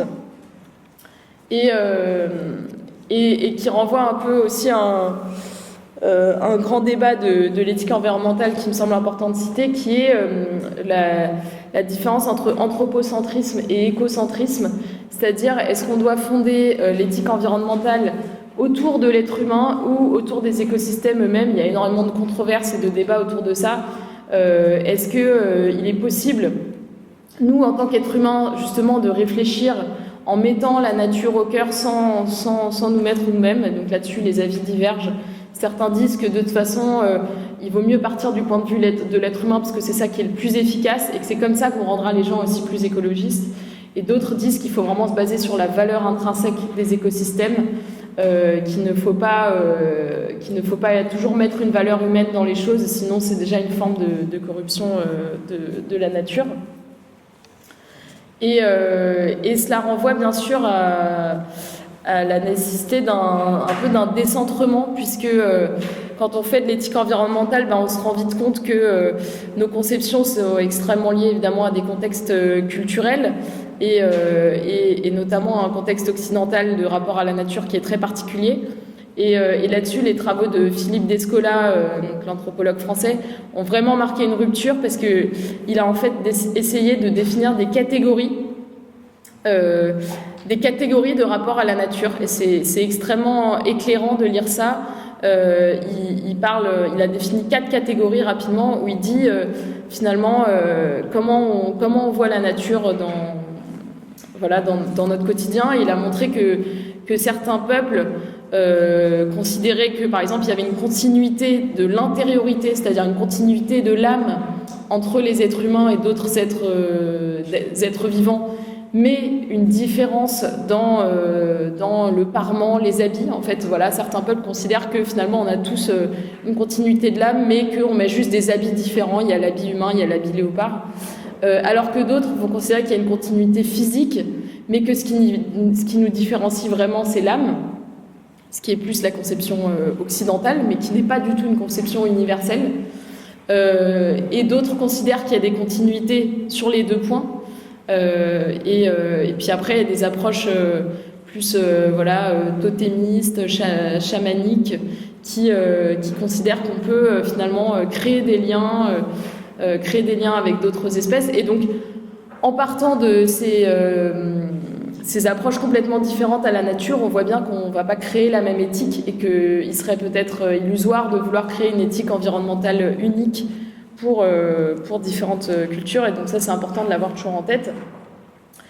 Et donc forcément, une nouvelle histoire environnementale à inventer. Ça, c'est une autre, comme pour la philosophie, une sous-discipline de l'histoire qui est l'histoire environnementale, qui là aussi est plus née aux États-Unis, qui est tout simplement l'idée que quand on fait de l'histoire et quand on voit comment l'histoire est enseignée, par exemple aujourd'hui en France, en fait on fait de l'histoire humaine. On fait très essentiellement de l'histoire des êtres humains, de leur civilisation, de leur guerre, etc. Mais en fait on parle très peu d'évolution des paysages, d'évolution des espèces, d'évolution de notre rapport à l'environnement. C'est comme si on avait évolué de manière hors sol, alors que en fait c'est extrêmement important d'essayer de se rappeler aussi comment des phénomènes naturels déjà ont façonné notre histoire. Bien sûr certaines guerres qui étaient liées à des phénomènes naturels, et donc il y a tout un courant de l'histoire qui essaie de justement réécrire un peu pour prendre en compte tout cela et essayer de comprendre des choses. Et par exemple aux États-Unis, le rapport à l'environnement a été bien sûr très important dans le combat entre les colons et les Amérindiens, puisque certains auteurs disent voilà, ce qui a permis vraiment aux colons de s'implanter, c'est le fait d'avoir un rapport justement productiviste à la nature, donc de créer plus de rendement. Et donc c'est ça qui leur a permis de prendre le dessus. Et aujourd'hui, c'est exactement ce qu'on remet en cause dans notre transition écologique, justement. Mais c'est vraiment une transformation de l'imaginaire, et moi je suis persuadée que tant qu'on ne transforme pas à la fois l'histoire, l'esthétique, on ne peut pas faire émerger une vraie éthique environnementale, parce que l'éthique environnementale ne marchera pas de manière sèche, juste comme des concepts. Elle doit être accompagnée d'une transformation de notre conception des paysages, de l'histoire, etc. Et ça amène une autre question, qui est que souvent quand on parle de nature ou de restauration, on pense à un peu des endroits exceptionnels, les forêts, les parcs naturels, comme si en fait la vraie nature c'était là, alors qu'en fait il y a toute une nature ordinaire qu'il faut considérer. Et il est très important aussi de penser à ces espaces qu'on valorise pas. Alors aujourd'hui on les valorise plus, mais par exemple les friches urbaines, historiquement tout ce qu'on considère comme étant des délaissés, un peu des bouts un peu enherbés dans la ville, des délaissés entre deux villes, des choses qui n'ont pas de valeur particulière, notamment sur le plan esthétique, mais qui finalement ont autant de valeur que le reste. Et il est très important aussi de ne pas donner de la valeur que à la nature exceptionnelle. Et aujourd'hui, on voit bien ce phénomène dans le monde animalier, où on voit bien la survalorisation de certaines espèces par rapport à d'autres, qui nous pose vraiment question d'un point de vue éthique. Pourquoi est-ce qu'on est offensé quand un panda meurt et pas quand une espèce qui a moins de valeur d'un point de vue esthétique meurt? Et ça, c'est des questions aussi assez importantes à se poser. Et donc voilà, j'en arrive à ma conclusion, parce qu'il est bientôt 30. Tout d'abord, moi, ce qui me semble essentiel, c'est ce que je disais, la nécessité d'une approche un peu unique et personnalisée de l'éthique environnementale. J'ai enseigné l'éthique environnementale au semestre dernier à des étudiants de licence, donc il y avait autour de 20 ans. Et ce qui m'a vraiment frappé, c'est que quand on demande en fait qu'est-ce qui selon vous doit être la base d'une éthique environnementale, donc sous-entendu un peu qu'est-ce qui vous touche, y a pas de réponse pareille. Et en fait on se rend compte que vraiment on n'y arrivera pas si on essaye d'imposer des des principes descendants, en fait, ce qui crée l'envie d'éthique environnementale chez chacune et chacun, ça va être lié justement à des expériences de nature extrêmement différentes. Et on voit bien que chez certains, c'est vraiment la question animale qui prend le dessus et qui va faire dérouler ensuite toute une envie écologique derrière. Chez d'autres, ça va être beaucoup plus la question de la surproduction capitaliste, cette idée qu'il faut revenir à un rapport simple aux choses, un rapport au territoire, un retour à la nature. Et chez d'autres, ça va être plus la question de l'écoféminisme. Enfin, en fait, moi, je réfléchis beaucoup à cette question de qu'est-ce qui peut faire basculer. Je pense que c'est une question qu'on doit tous se poser, même à l'échelle individuelle. Qu'est-ce qui peut nous faire basculer, nous, pour avoir envie d'avoir un rapport plus sain avec notre environnement, avec la nature? Qu'est-ce qui nous touche? Et par là, ensuite, essayer de faire des politiques publiques, de produire des pensées qui puissent toucher d'autres personnes. Et on voit bien que c'est extrêmement compliqué, mais qui, à mon sens, doit être fait complètement en parallèle de l'idée de faire rentrer l'éthique environnementale dans la loi. Il n'est plus possible aujourd'hui d'avoir des systèmes juridiques et politiques qui prennent aussi peu en compte les questions environnementales. L'écocide reste un concept, par exemple, très récent. L'idée que qu'il peut y avoir des destructions d'écosystèmes où il faille vraiment poursuivre les personnes en justice. Il y en a très peu qui ont été poursuivis en justice. Et l'idée qu'il faut reconnaître dans la loi l'importance de certains écosystèmes et que donc tout ne peut pas être compensé. Mais du coup, quels écosystèmes? Voilà, tout cela amène plein de questions. Et enfin, pour en revenir à la question urbaine, l'urgence de renforcer les expériences de nature, de se dire que aucun espace ne doit être réservé à l'être humain, même s'il nous semble que dans notre histoire, certaines villes doivent vraiment ressembler à quelque chose, de se dire qu'on est dans une telle urgence qu'il faut vraiment renforcer les expériences de nature partout, et y compris au cœur de la ville. Ça me semble essentiel puisque c'est là que vivent maintenant la majorité des êtres humains. Et que la nature n'est pas réservée à certains espaces exceptionnels à l'en-dehors, mais se rappeler que ça doit vraiment être dans notre écosystème immédiat pour se rappeler qu'on n'est pas une espèce hors sol. Voilà, merci pour votre écoute.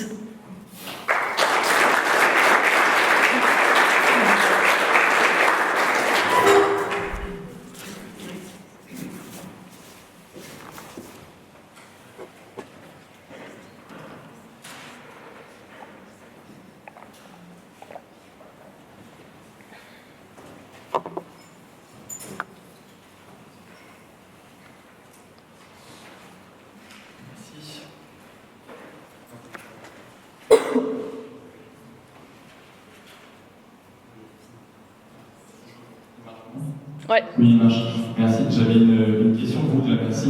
Peut-être même pour Antoine, pour le jeu de plus tard. La première paraît de faire rentrer l'éthique environnementale dans la loi, peut-être de manière tous consensus. Alors, ce que vous pensiez d'une dictature verte, un peu comme ça, dans le sens d'instaurer des lois très contraignantes au nom du réchauffement climatique. Et une autre petite question, peut-être aussi mais comment est-ce qu'on pourrait intégrer les principes du vivant qui sont là depuis très longtemps? Quand dans principe vivant, je parle d'équilibre d'un groupe plutôt que de la performance de l'individu ou le fait d'utiliser que des ressources finies, ce genre de choses, de ne pas surconsommer. Comment est-ce qu'on pourrait intégrer ces principes-là dans un brief design en général pour un projet? Merci. C'est intéressant la question de la dictature verte parce que justement mes étudiants, il y en a plusieurs qui disaient de toute façon la seule solution c'est la dictature verte. J'étais assez étonnée, mais c'est un truc qui revient pas mal en force, couplé à une autre chose qui est assez populaire aujourd'hui, qui est l'idée de revenir à un contrôle des naissances. Alors là aussi j'étais très frappée, une idée assez en vogue de dire de toute façon on est beaucoup trop, donc maintenant il va falloir recontrôler les naissances partout en Europe. Je pense que cette idée se heurte assez vite, là je parle juste en termes d'efficacité pour commencer, au fait que de toute façon, dans la mesure où on est dans un système avec impact et conséquences globales, Si on instaure une dictature verte quelque part, il y a de forts risques justement que les personnes choisissent un autre type de régime. Et aujourd'hui, on risque plus, on voit l'émergence de formes de dictature non vertes qui justement disent je suis pas sur le, comme je disais, je suis pas sur le même sol, on fait pas partie de la même planète en gros. Et du coup, finalement, même si on instaurait une dictature verte dans 3 pays, l'impact serait extrêmement faible à l'échelle planétaire. Donc ça me semble assez peu efficace.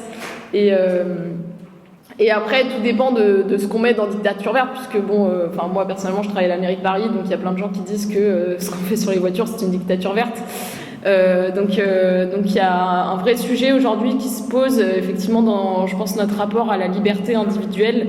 Tout le débat qu'on a vu autour de la voiture, qui est quand même incroyable quand on voit les tensions qu'il y a autour de ça, de se dire aujourd'hui finalement qu'est-ce qui compte vraiment pour notre liberté. Et on voit bien qu'on touche à des choses très intimes et très importantes, qu'on n'a pas le même rapport à la liberté et que effectivement ça devient de plus en plus fort cette tension entre liberté et écologie qui monte actuellement avec le débat sur l'avion, qui est un débat compliqué où on voit bien qu'on n'a pas trop envie d'en parler parce qu'aujourd'hui, quelle personnalité politique, quel ministre aurait envie de dire il faut prendre moins l'avion, alors que c'est un symbole extrême de liberté pour beaucoup de gens.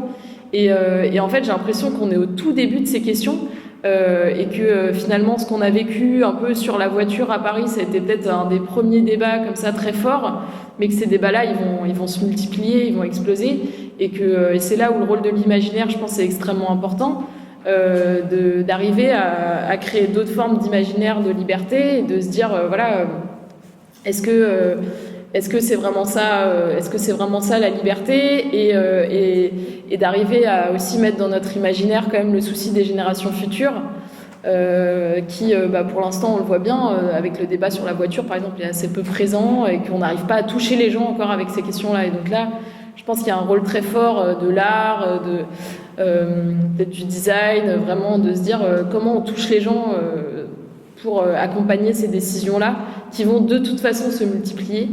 Et qui, pour moi, ne seront pas de la dictature écologique, mais qui sont vus comme certains, comme ça, quoi.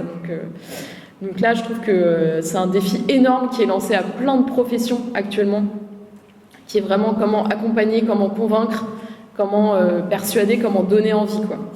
Et alors la deuxième question sur comment intégrer ça comment intégrer les principes du vivant au design. Alors c'est une bonne question, j'avoue que moi je connais très peu l'écosystème du design et j'ai jamais eu à travailler sur des commandes et tout, donc je saurais pas trop quoi répondre là-dessus, mais par contre je l'ai vraiment connu dans le milieu de l'architecture et de l'urbanisme. Et effectivement, on voit à quel point, même si c'est ce qu'on dit dans les grandes intentions, aujourd'hui c'est très dur de faire passer ces messages, et je pense que là-dessus il y a vraiment un enjeu juste de formation qui est énorme. Quand on est formé à une matière, à une discipline, si on nous transmet pas cette importance dès le début, de se dire que c'est quelque chose d'aussi important que le reste, c'est extrêmement dur ensuite de rattraper. Et moi je trouve ça vraiment triste qu'aujourd'hui par exemple ça soit des acteurs comme nous, comme la mairie de Paris, qui se retrouvent à expliquer aux architectes qu'ils doivent prendre en compte leur écosystème, alors que pour moi c'est juste la base de l'architecture. D'avoir une expertise d'un milieu et pas juste de se dire est-ce que je vais faire la façade comme ci ou comme ça, mais de se dire qu'est-ce que je peux apporter au milieu, justement de quelles ressources je prends, quel écosystème ailleurs j'impacte. Nous on travaille aussi beaucoup en ce moment sur la question du béton, qui est un peu qui est hégémonique dans l'architecture en France. Le béton, aujourd'hui n'importe quel bâtiment en béton, il faut savoir qu'il est issu de sables qui viennent de l'autre bout du monde, mais c'est quelque chose dont on parle pratiquement jamais. Et donc l'architecte dira voilà, c'est magnifique le projet que j'ai livré, et en même temps il faut savoir que ça a forcément impacté des océans à l'autre bout de la planète, et donc c'est pour ça qu'on essaie de revenir à des matériaux locaux biosourcés, mais c'est quelque chose dont on n'a presque jamais parlé, comme si ça n'avait aucune importance, quoi. Et donc c'est essayer là aussi je pense de toucher les professions pour essayer de voir plus largement ce qu'on produit, quel impact ça a, et avoir ce souci-là. Mais je pense que c'est un travail énorme. Peut-être sur la problématique liée au cahier des charges du design. Moi, ce qui me frappe pour l'instant, c'est que finalement, j'ai l'impression que c'est extrêmement complexe à mettre dans un cahier des charges, c'est-à-dire à essayer de solliciter de la part des gens qui sont des commanditaires et qui donc écrivent des cahiers des charges cette problématique des milieux vivants dans la problématique plus générale qui est posée dans le cahier des charges, mais qu'il y a une décorrélation de plus en plus forte entre la capacité qu'on a d'influencer les individus à l'intérieur de ces organisations et les organisations elles-mêmes. Et j'ai l'impression que peut-être que le rôle du design serait de voir comment accompagner ces individus qui sont, à mon avis, plus rapidement sensibilisés parce que plus capables de faire le pas, eux, assez rapidement, à interagir avec une gouvernance dans souvent un écosystème, disons, économique qui est déjà très rigidifié par une construction qui date d'une construction de décision, une construction de gestion qui date d'un moment où cette problématique se posait pas encore, en gros. Et ça rejoint ce qu'on essaye de questionner aussi, qui est de dire est-ce qu'il existe un business model du CARE. J'aime bien ce raccourci parce que ça paraît complètement utopique, mais à mon avis, il faut quand même qu'on arrive à pouvoir mettre des preuves qu'il y a une création de valeur quelque part qui peut être ailleurs et qui peut être bénéfique pour les gens qui posent ces cahiers des charges. Continue à faire circuler le micro. C'est bien, il n'y a que des gens qui sont tout en haut, c'est pour mon sport. Là, je peux essayer de parler sans micro. Non, comme ça, c'est bien pour les élèves. Enregistré.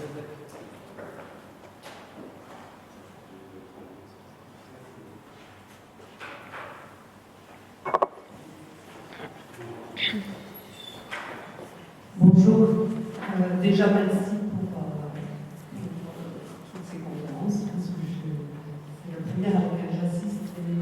J'ai regardé toutes les autres chez moi sur mon ordinateur, ce qui est chouette. Et je pense que l'interaction humaine est importante aussi. Et je pense que c'est la base de tout le problème que nous traitons aujourd'hui, que la tendance est beaucoup oubliée.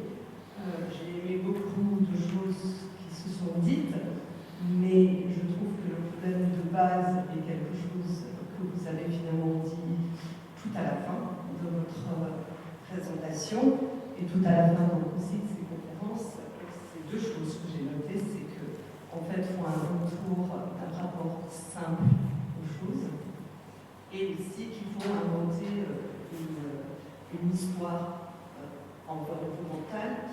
Et je suis très choquée d'entendre des mots comme dictature utilisés, surtout quand je parle de la nature. Je suis une personne qui adore la nature et pour moi c'est tout sauf de la dictature. Donc déjà ça me choque beaucoup, excusez-moi, d'entendre ce genre de mots. Et justement je pense que c'est la base de tout le problème. Et de la base de beaucoup de problèmes en ce moment, c'est cette idée de dictature et que les gens se sentent pris au piège quand on les oblige à faire des choses. Et je suis furieuse contre la mairie de Paris parce que je pense que vous avez fait des choses géniales, mais que vous l'avez fait en oubliant l'humain, justement, parce que revenons aux choses simples, comme nous sommes tous des humains. Et j'ai appris plein de choses, moi qui déjà à la base aime la nature, j'ai appris plein de choses pendant ces conférences. Donc on a tous plein de choses à apprendre là-dessus, mais j'ai déjà une base, moi. Donc j'ai déjà une facilité à pouvoir écouter tout ce discours intellectuel, parce que finalement, on a beaucoup entendu des choses qui sont très élitistes et très intellectuelles, et qu'aujourd'hui, si on veut vraiment marquer le monde et se faire entendre, il faut commencer à parler un langage plus simple, et donc je pense que la première chose à faire, c'est d'imposer, comme vous dites, une nouvelle histoire dans l'éducation, et dans l'éducation de base de nos enfants, et qu'il faut aussi, s'il faut utiliser les forceps, ne pas les utiliser sur les gens de tous les jours, ou les habitants de Paris, et les mettre dans des situations où ils ont l'impression que c'est eux qui souffrent pour les autres, mais il faut mettre la pression sur les grosses entreprises. Et là, je suis d'accord aussi en disant qu'il faut des lois. Il va falloir obliger toute grande entreprise à inclure l'environnement dans tout développement qu'il puisse faire à venir à partir d'aujourd'hui, que ce soit même dans la construction de nouveaux locaux ou dans la dépollution de la ville avec des plantes, personne n'en parle, mais il y a déjà plein de choses qui peuvent être faites au sein même des écoles, des entreprises avec des plantes dépolluantes, etc. Et tout ça, il faut d'abord apporter de l'aide aux gens avant d'apporter une dictature, justement, ou avant de l'imposer aux Parisiens des couloirs de vélo sans leur expliquer avant pourquoi, ou même parler du fait que les minéraux viennent de très très loin, ça ne leur parle pas, mais leur expliquer qu'il n'y a plus assez de terre pour absorber l'eau quand la Seine déborde, ça leur parle beaucoup plus. C'est-à-dire qu'il faut revenir à un langage simple et je pense que le rôle du design, quelque part, est là aussi. C'est-à-dire, et de l'art aussi, et de la culture, vous avez tout à fait raison, mais je pense que c'est même les moteurs qui vont aider à ça. Mais je crois qu'il va falloir simplifier un peu les choses, justement, et que ça parle à tout le monde. Et je pense que l'éducation est le rôle numéro un. Il faut que ce soit un peu partout dans les écoles et des plus jeunes âges. Merci. En tout cas, merci beaucoup. Effectivement, moi je suis très frappée de voir qu'aujourd'hui dans les programmes scolaires, la place donnée à l'enseignement environnemental est presque inexistante. Enfin, c'est quand même incroyable.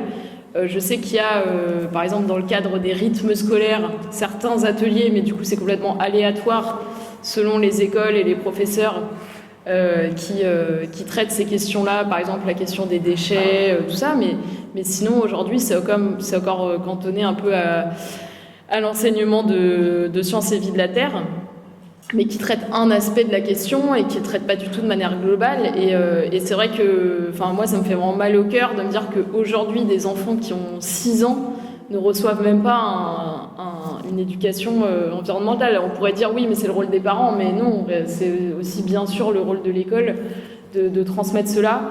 Et le fait qu'on fasse encore des réformes éducatives où on n'inclut pas ça, je trouve ça vraiment incroyable et très révélateur de l'état de notre imaginaire. Et donc, oui, je suis d'accord avec vous sur vraiment l'importance du récit. Je pense que c'est vraiment notre gros défi collectif à tout le monde, que ce soit les entreprises ou en tant qu'individu. C'est vraiment quel récit on peut inventer, parce que la question du rapport simple à la nature, c'est quelque chose de séduisant, mais qui ne va pas l'être pour d'autres, parce que pour certains, l'idée d'un retour simple à la nature, etc., est une forme de déclassement, de renoncement à l'idée de progrès. Et donc c'est là où je pense qu'il y a un rôle du récit très important, de se dire on ne peut plus porter bien sûr la même idée de progrès telle qu'on l'a connue, liée à la croissance, à la surproduction, etc. Mais alors quel est le récit qu'on met à la place, quoi? Et aujourd'hui on voit bien cette difficulté à laquelle on fait tous face, de trouver un nouveau récit qui soit un peu post-progrès industriel classique. Comment faire rêver, honnêtement, je pense que pour l'instant, personne n'a vraiment réussi. Et d'ailleurs, on le voit, puisque aujourd'hui, un récit qui prend plus le dessus dans les sphères écologiques, c'est plus le récit de l'effondrement, qui séduit pas mal de gens. Et parce qu'en fait, on ne trouve pas de récit qui fasse un peu rêver. Et du coup, on se retrouve plus dans ce récit de l'effondrement, du collapse, de la fin du monde. Et du coup, c'est pas évident de mobiliser autour d'un récit comme ça. Et donc vraiment là, je pense que toutes les compétences sont à mobiliser là-dessus. Mais du coup, voilà, tout ça renvoie quand même vraiment à l'échelle individuelle et pas juste les grosses entreprises, parce que je pense vraiment que ça renvoie à notre capacité d'action et de choix à chacun, et de consommateurs aussi beaucoup. Et donc, quels récits vont nous donner envie aussi de consommer différemment, etc. Peut-être juste une petite réponse sur la simplicité. Effectivement, on a l'habitude de dire que le design est aussi là pour créer d'abord des vocabulaires partagés, après un imaginaire à partager, et puis essayer avec tout ça de créer une expérience commune.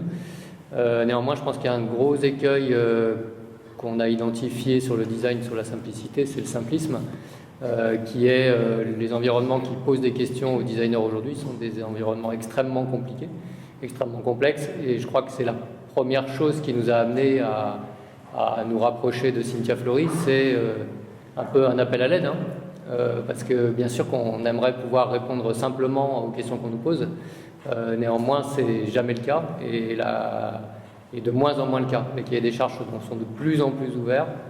S'il y a 20 ans on pouvait nous demander de dessiner une tasse à café, c'est simple, c'est très simple. Aujourd'hui, on nous pose des questions où on est obligé de se dire qu'on ne peut pas amener une réponse sans avoir un questionnement éthique beaucoup plus large.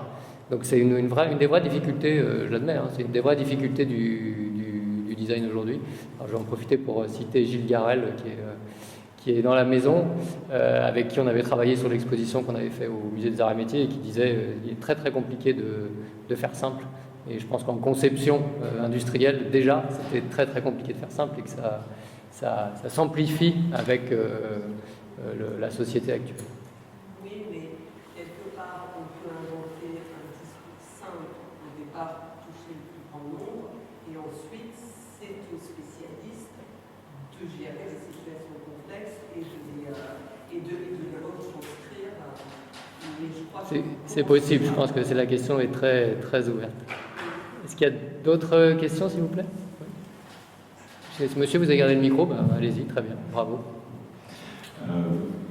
Une petite question de fond rapide et puis un témoignage pour votre retour dessus. La petite question de fond rapide, c'est sur en fait, vous parlez d'éthique de l'environnement et non pas d'éthique de la nature. Est-ce que c'est un choix de fond ou est-ce que c'est une formulation à faciliter, notamment quelques jours en fait, après la disparition de Michel Serres, j'ai été notamment choqué ou interpellé sur ma radio préférée. L'hommage à Michel Serres a été fait par Luc Ferry, qui s'est fait un nom sur la critique de la technologie et en étant particulièrement sans pitié avec Michel Serres sur ces questions-là. Donc dans le débat sur environnement, nature, contre-naturel, comment est-ce que vous pouvez vous positionner par rapport à ça? Ça c'est la question de fond. Et sur le témoignage, en fait, on a vraiment une toute petite sensibilité béotienne sur ces questions-là. Je me suis retrouvé participant à la direction d'un établissement, d'un hôpital pédiatrique en Seine-et-Marne depuis 2 ans, qui se trouvait en fait héritier en fait des sanatoriums des années 50 et qui, comme beaucoup d'établissements de soins de suite aujourd'hui en France, ont des domaines naturels, des parcs qui peuvent être importants. Nous, le domaine de l'établissement, c'est 35 hectares pour un établissement, pour une population pédiatrique. Et avec aujourd'hui des débats, notamment à l'ARS, sur la question des financements de ce type d'établissement, de savoir si le financement d'un espace de l'entretien et des financements qu'impliquent en fait ces espaces naturels relèvent bien du soin ou non. Donc est-ce que c'est à la sécurité sociale de payer l'élagage, l'entretien, la mise en sécurité de domaines comme cela? Et alors la façon qu'on a eu de répondre de façon assez pragmatique, hein, c'est peut-être du design naturel de M. Jourdain sans le savoir, c'est qu'on a commencé en fait à se poser la question des usages thérapeutiques du domaine. D'abord, puisqu'on a pas mal d'enfants, alors c'est beaucoup de petits parisiens et beaucoup de petits du 93, donc, pour lesquels le contact initial avec la nature était quand même pas fondamental, et qui se retrouvent aussi dans des périodes de vie difficiles, de reconstruction. On a beaucoup de patients en neurologie, atteints de paraplégie, tétraplégie, etc., des cas assez lourds. Et aussi des patients traités pour obésité, donc on s'est déjà simplement dit comment faire pour les faire sortir de l'établissement et profiter du domaine, de faire des tours en vélo, etc. Donc on a commencé par allumer des circuits inciter à marcher, à faire du vélo, à avoir une pratique sportive extérieure. On a commencé à faire l'entretien par des moutons, l'éco-pâturage, du traditionnel, et on regarde les interactions qui se passaient entre les patients et les moutons, qui en fait, des patients qui n'avaient jamais vu un mouton de leur vie. On a commencé à installer des ruches avec un apiculteur local qui cherchait un lieu où s'installer. Donc il y a une quarantaine de ruches qui ont été installées dans l'établissement. Et petit à petit, je ne vais pas vous faire tout le circuit, mais donner un petit peu des illustrations d'usages thérapeutiques qui, pour le coup, se sont développées un petit peu naturellement. C'est-à-dire qu'on a une équipe d'ergothérapeutes qui, du coup, se posant la question de comment est-ce qu'on allait faciliter les visites pédagogiques de ruches au cours de l'année dans la pratique du rucher à des patients qui avaient des difficultés de spasticité des mains, des bras, etc.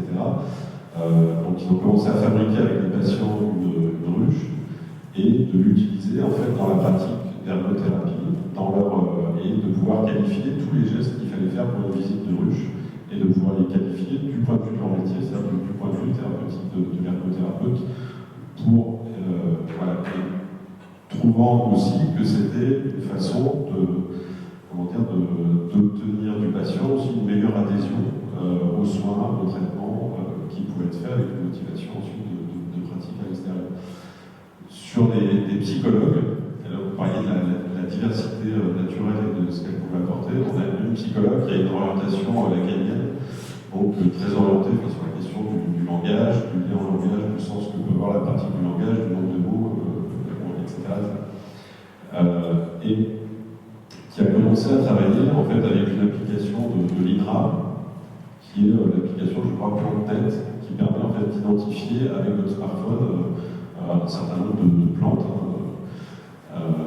Et en travaillant avec des patients qui avaient certaines problématiques sur lesquelles elle travaillait, notamment des patients phobiques, de pouvoir montrer en fait que tout a un nom, y compris les milieux qui peuvent leur permettre, eux venant de milieux urbains, des environnements qui peuvent leur paraître complètement sauvages. En fait, tout a un nom, tout a un sens, et si bien qu'en fait, dans le parc, ces patients ont pu trouver plus de 200 espèces végétales dans le parc qui étaient. Et donc je trouvais que c'était une expérience de redonner un sens au fait de disposer d'espaces naturels dans des hôpitaux, notamment des hôpitaux pédiatriques.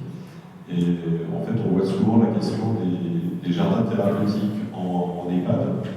Et je trouve qu'auprès des jeunes publics, que ce soit en médecine physique de rééducation, que ce soit pour nous, médecine de l'adolescence, de l'obésité et autres, je pense que c'est intéressant de réintégrer le contact avec la nature, notamment du fait que beaucoup d'établissements disposent de cette ressource et dont ils sont malheureusement incités à se séparer de la part des tutelles en raison de leur coût. Et je pense que montrer que ces espaces peuvent avoir du sens thérapeutique, c'est quelque chose d'intéressant.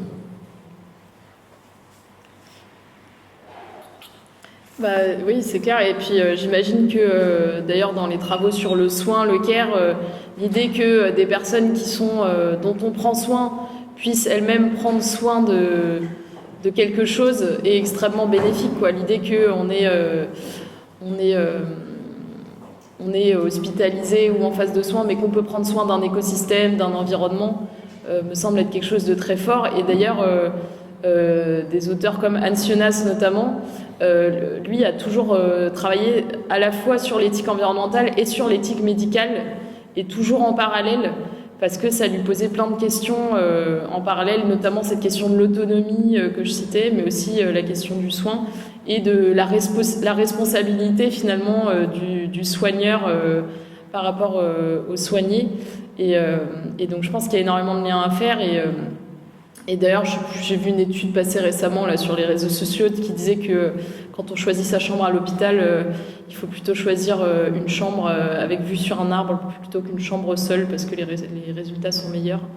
Et ça ne m'étonnerait pas. Et effectivement, pour des établissements comme le vôtre, j'imagine que les résultats peuvent être énormes, juste de pouvoir sortir et avoir des liens. Et sur la première question, oui, moi après là-dessus, moi je suis en partisane du plus d'efficacité justement dans qu'est-ce qui touche les gens en termes de mots. Mais c'est vrai que moi j'ai l'impression que le mot nature souvent renvoie plus à justement des forêts, de la végétation, et que du coup quand on parle de nature, souvent les gens excluent encore plus facilement l'humain. Alors que quand on parle d'environnement, j'ai l'impression que c'est un terme plus généraliste où l'humain s'inclut plus. Et du coup, moi, c'est pour ça que j'utilise plus ce terme-là. Et après, c'est vrai que aussi dans la discipline, on parle plus d'éthique environnementale plutôt que d'éthique de la nature. Mais je pense que c'est pour les mêmes raisons. C'est pour ne pas parler juste d'entités extérieures, mais vraiment parler de ce qui nous environne, quoi, et que du coup, ça touche plus les gens. Merci pour votre témoignage. Je serais assez preneur. Je ne sais pas si ce parcours a été documenté, c'est-à-dire cette évolution de tout ce qui s'est fait au fil des années a été documenté, partageable ou peut servir à d'autres, mais je trouve que c'est une expérience qui vaudrait le coup d'être écrite et documentée si jamais. Preneur d'accompagnement de travail dessus. Aujourd'hui, en fait, à partir de cette expérience qui s'est faite à elle-même, sans formalisation particulière, on souhaite aller en fait vers une démarche beaucoup structurée. On a appelé Green Lab, c'est-à-dire que c'est un peu un pied de nez aussi avec les appels d'offres de l'ARS aujourd'hui qui, sur l'innovation, sont systématiquement des innovations technologiques. Alors effectivement, c'est des choses qu'on n'est pas anti-technologie, on intègre les exosquelettes, on intègre un tas de choses sur les plateaux techniques. On pense qu'il y a aussi une dimension d'usage à l'innovation et que l'usage d'une ressource naturelle dont on dispose pour l'intégrer à des pratiques thérapeutiques, c'est quelque chose d'important. Surtout qu'au-delà de la question de la dépense liée à l'entretien des domaines naturels, se pose aussi par les ARS et le ministère de la Santé la question de la pertinence de la localisation des établissements de santé. Pourquoi avoir aujourd'hui des établissements de santé qui nécessitent des frais de transport en plein milieu de la campagne, ce qui est le cas, et est-ce qu'on ne peut pas, pour le coup, démontrer qu'on peut mettre en place des pratiques et des usages thérapeutiques du fait de disposer de ces espaces naturels qui ne sont pas les mêmes que si on a un hôpital à Montreuil dans le 16e voilà. Donc ça vise aussi à démontrer une spécificité possible des prises en charge dans ce type d'environnement. Et donc la notion de Green Lab, du coup, qu'on souhaite développer, c'est de dire de la même manière qu'on peut avoir un Fab Lab avec une imprimante 3D, on a un Green Lab avec 34 hectares de nature disponible pour les praticiens pour innover dans leur pratique et intégrer la pratique de la nature à leur thérapeutique. Voilà. Alors c'est aussi un combat culturel parce que certains adhèrent, d'autres moins, certains sont très réactifs, d'autres ont besoin d'être convaincus. Voilà, en tout cas c'est un espace à disposition pour les praticiens qui sont prêts à intégrer cette dimension-là dans leur pratique. Merci bien, donc avec plaisir pour le lien éventuellement, et puis on suit le rythme des questions pour la dernière minute. Ma question à moi, elle sera dans la continuité de tout ce qui a été évoqué ici. Quand vous parlez du lien, de la restauration d'un lien avec l'environnement et la nature, vous parlez d'autonomie, vous parlez de responsabilité, mais est-ce que ça peut pas être aussi une piste de reconstruction des solidarités, parce que se percevoir comme étant en lien plus étroit avec son environnement, c'est peut-être aussi une façon de... Est-ce que ça peut être une voie de briser les barrières de l'individualisme et d'une autonomie qui n'est pas choisie mais subie, de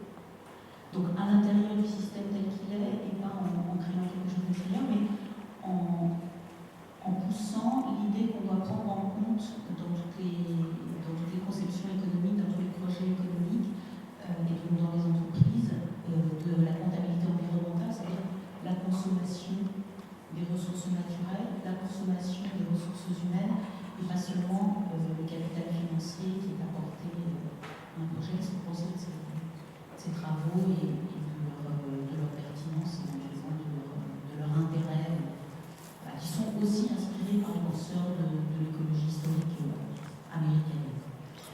Vous avez dit comptabilité ou rentabilité? Comptabilité environnementale. D'accord. En France, c'est les travaux de Jacques Richard, mais qui a baptisé son modèle CARE, pour prendre en compte tous les capitaux qui concourent aux activités humaines.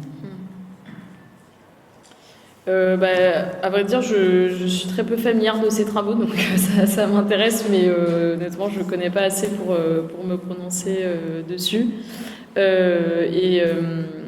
Et sur la question des solidarités, je pense que effectivement, un projet de restauration écologique, ça peut avoir un impact énorme sur une communauté. Et c'est pour ça que je disais que c'est devenu petit à petit un critère, que le critère humain finalement est devenu de plus en plus important dans les projets de restauration écologique, parce que c'est finalement une forme de projet de territoire qui peut vraiment ressouder des liens. Et ça me semble extrêmement important dans justement l'idée de retrouver des projets politiques et de retrouver du commun. En ce moment, on parle beaucoup du commun, ce concept de qu'est-ce qu'on peut recréer qui nous lie justement et qui ne rentre pas dans les catégories traditionnelles qui existent.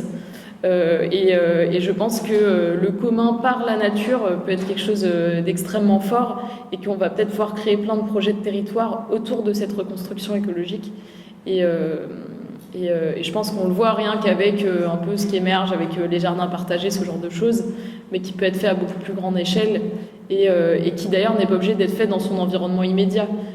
Moi, je crois beaucoup justement pour les jeunes de grandes villes, l'idée qu'on puisse créer un peu des formes de jumelage ou de pacte avec d'autres territoires qui sont des territoires plus ressources pour la ville, et de se dire qu'on se sentirait responsable aussi d'un territoire, par exemple, où sont produits, je sais pas, certains légumes qu'on consomme ou des choses comme ça, et qu'on y retournerait très souvent, qu'on en prendrait soin pour voilà, créer ces liens-là et se rendre compte qu'on dépend d'eux, qu'on impacte leur paysage. Et ça, je pense qu'il y a plein de choses à faire qui peuvent être pas si compliquées, en fait, de jumelage, rien qu'entre certaines villes, avec des territoires ruraux. Et donc là aussi, effectivement, des nouvelles politiques publiques à inventer et des nouveaux projets politiques territoriaux à inventer qui pourraient être très prometteurs, je pense. Sur la partie comptabilité environnementale, il me semble qu'il y a un sujet de mise en œuvre par les directions financières, par les directions comptables, etc., qui est crucial et qui, à mon avis, va avoir beaucoup de mal à arriver, pour être tout à fait franc. Par contre, je pense que, en termes de comptabilité, ce qui va très vite se compter, c'est la perte d'attractivité de ces entreprises qui n'arrivent pas à faire cette transformation pour un tas d'individus qui, eux, ont fait leur propre comptabilité vis-à-vis de l'environnement et, pour reprendre ce que disait Marion, leur comptabilité de proximité aussi sur de quoi je dépends. Et j'ai l'impression que ce qui se passe aujourd'hui dans les entreprises, pour celles qu'on fréquente, en tout cas, c'est plutôt ça. C'est plutôt une peur qui pousse à une comptabilité plus environnementale, mais qui vient plutôt d'une perte d'attractivité assez sévère. Il n'y a pas très longtemps, pour un des projets, on a fait une espèce de courbe de l'engagement des jeunes étudiants de Polytechnique à la problématique de l'environnement. C'est une courbe qui est totalement exponentielle. C'est-à-dire que quand on parle de signataires dans ce domaine, il y a 6 mois, il y avait déjà 600 étudiants de Polytechnique qui signaient une pétition dans ce sens-là, et puis 2 mois après, qui s'engageaient à ne pas aller travailler pour les grands pollueurs, il y en avait 30% de plus, et puis, etc. Donc la crainte de perdre des cerveaux et des gens qui vous aident à créer de la valeur de façon un peu traditionnelle, elle s'exprime de façon très forte pour ces entreprises, et à mon avis, c'est ça qui va avoir de l'influence et aller dans le sens de la comptabilité environnementale. Peut-être une dernière question ?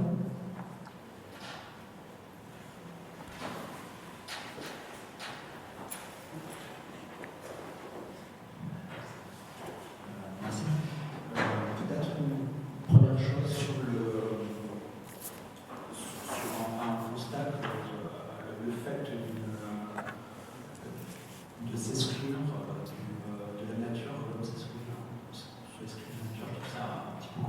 alors on parle toujours d'inclusion, entre hommes, de s'accepter plus, et le seul moyen d'aller avec la nature, c'est de s'en exclure. Je trouve que c'est un petit peu compliqué. Et deuxième question, je sais pas si c'est le choix. C'est cette hybridation. Je suis étonné qu'on parle de darwinisme dans l'écologie, et voilà, est-ce que c'est quelque chose qui est pertinent? Et quel lien vous faites entre darwinisme et hybridation? En fait, c'est peut-être plus au niveau de cette restauration, c'est-à-dire je pense que peut-être il y a une évolution qui se crée, c'est-à-dire entre l'homme et la nature, et moi je ne pense pas qu'on puisse, en excluant, on ne crée pas d'hybridation. L'hybridation, c'est l'intervention extérieure, donc l'intervention de l'homme. Donc si, je trouve que revenir en arrière, c'est une négation de soi. Non, mais moi je suis d'accord sur. Enfin, justement, moi c'est ce qui m'a choqué dans certains écrits écologiques, justement, c'est le fait qu'on en arrive justement à exclure l'homme de la nature, et je pense que voilà, ça n'est pas du tout fonctionnel, et que au contraire, il faut justement se rappeler que ce qu'on produit peut être totalement inclus. Et donc ça me semble vraiment extrêmement important. Ce qui pose quand même des questions, du coup, est-ce qu'il faut quand même, par exemple, qu'il y ait certaines zones sur Terre qui soient interdites à l'être humain? Ça, moi, je sais pas, enfin, c'est une question, je trouve, intéressante. Je sais qu'il y a, par exemple, des associations qui se montent actuellement en France qui rachètent des terres pour y faire justement de la restauration et interdire les zones à l'être humain. Moi, je pense que voilà, il faut toujours rappeler ce principe d'inclusion, et en même temps, c'est vrai que de se dire qu'il faut peut-être garder certaines traces de nature sans être humain, pourquoi pas? Je pense que ça peut être quand même intéressant, pas pour exclure, mais pour juste se rappeler comment ça évolue quand on n'est pas là. Mais sinon, je pense que cette voie-là de l'écologie n'aboutira pas du tout. La voie de l'exclusion, puisque justement ça ne crée aucun récit positif, et que si on n'a pas de récit positif, je pense qu'on n'arrivera pas à trouver des solutions. Et donc je pense que au contraire, voilà, il faut créer beaucoup plus d'interactions et non pas les réduire, c'est juste qu'il faut les faire autrement. Mais je pense qu'il ne faut pas se dire qu'il faut moins intervenir dans la nature, en fait. Au contraire, il faut plus intervenir d'une certaine manière, mais différemment. Et donc je pense que il ne faut pas prôner le retrait de la nature, mais au contraire, voilà, y aller beaucoup plus, et aussi finalement avoir plus confiance dans nos capacités à intervenir positivement. Et c'est là où l'histoire compte aussi, se rappeler, rien que dans des récits historiques et que dans d'autres environnements culturels, il y a encore des rapports très positifs, se rappeler toutes ces choses-là pour arriver à recommencer sur de bonnes bases. Parce que je pense qu'aujourd'hui, on est un peu écrasé par ce constat de trop d'interactions négatives, qui fait qu'on n'a même plus trop envie de toucher, quoi.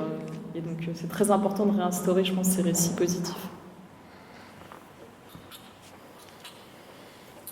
Merci beaucoup. Je ne sais pas si vous connaissez, il y a un très très beau livre qui s'appelle Les âmes sauvages, d'Anastasia Martin, qui raconte vraiment très très bien ce balancier entre une façon écologique de voir la nature et puis une façon sauvage, justement, et d'un peuple qui se retrouve coincé au milieu de ce balancier, qui n'y trouve son intérêt ni d'un côté ni de l'autre. Je trouve que ça raconte très très bien cette ambiguïté, ces paradoxes un peu qu'on se pose aujourd'hui.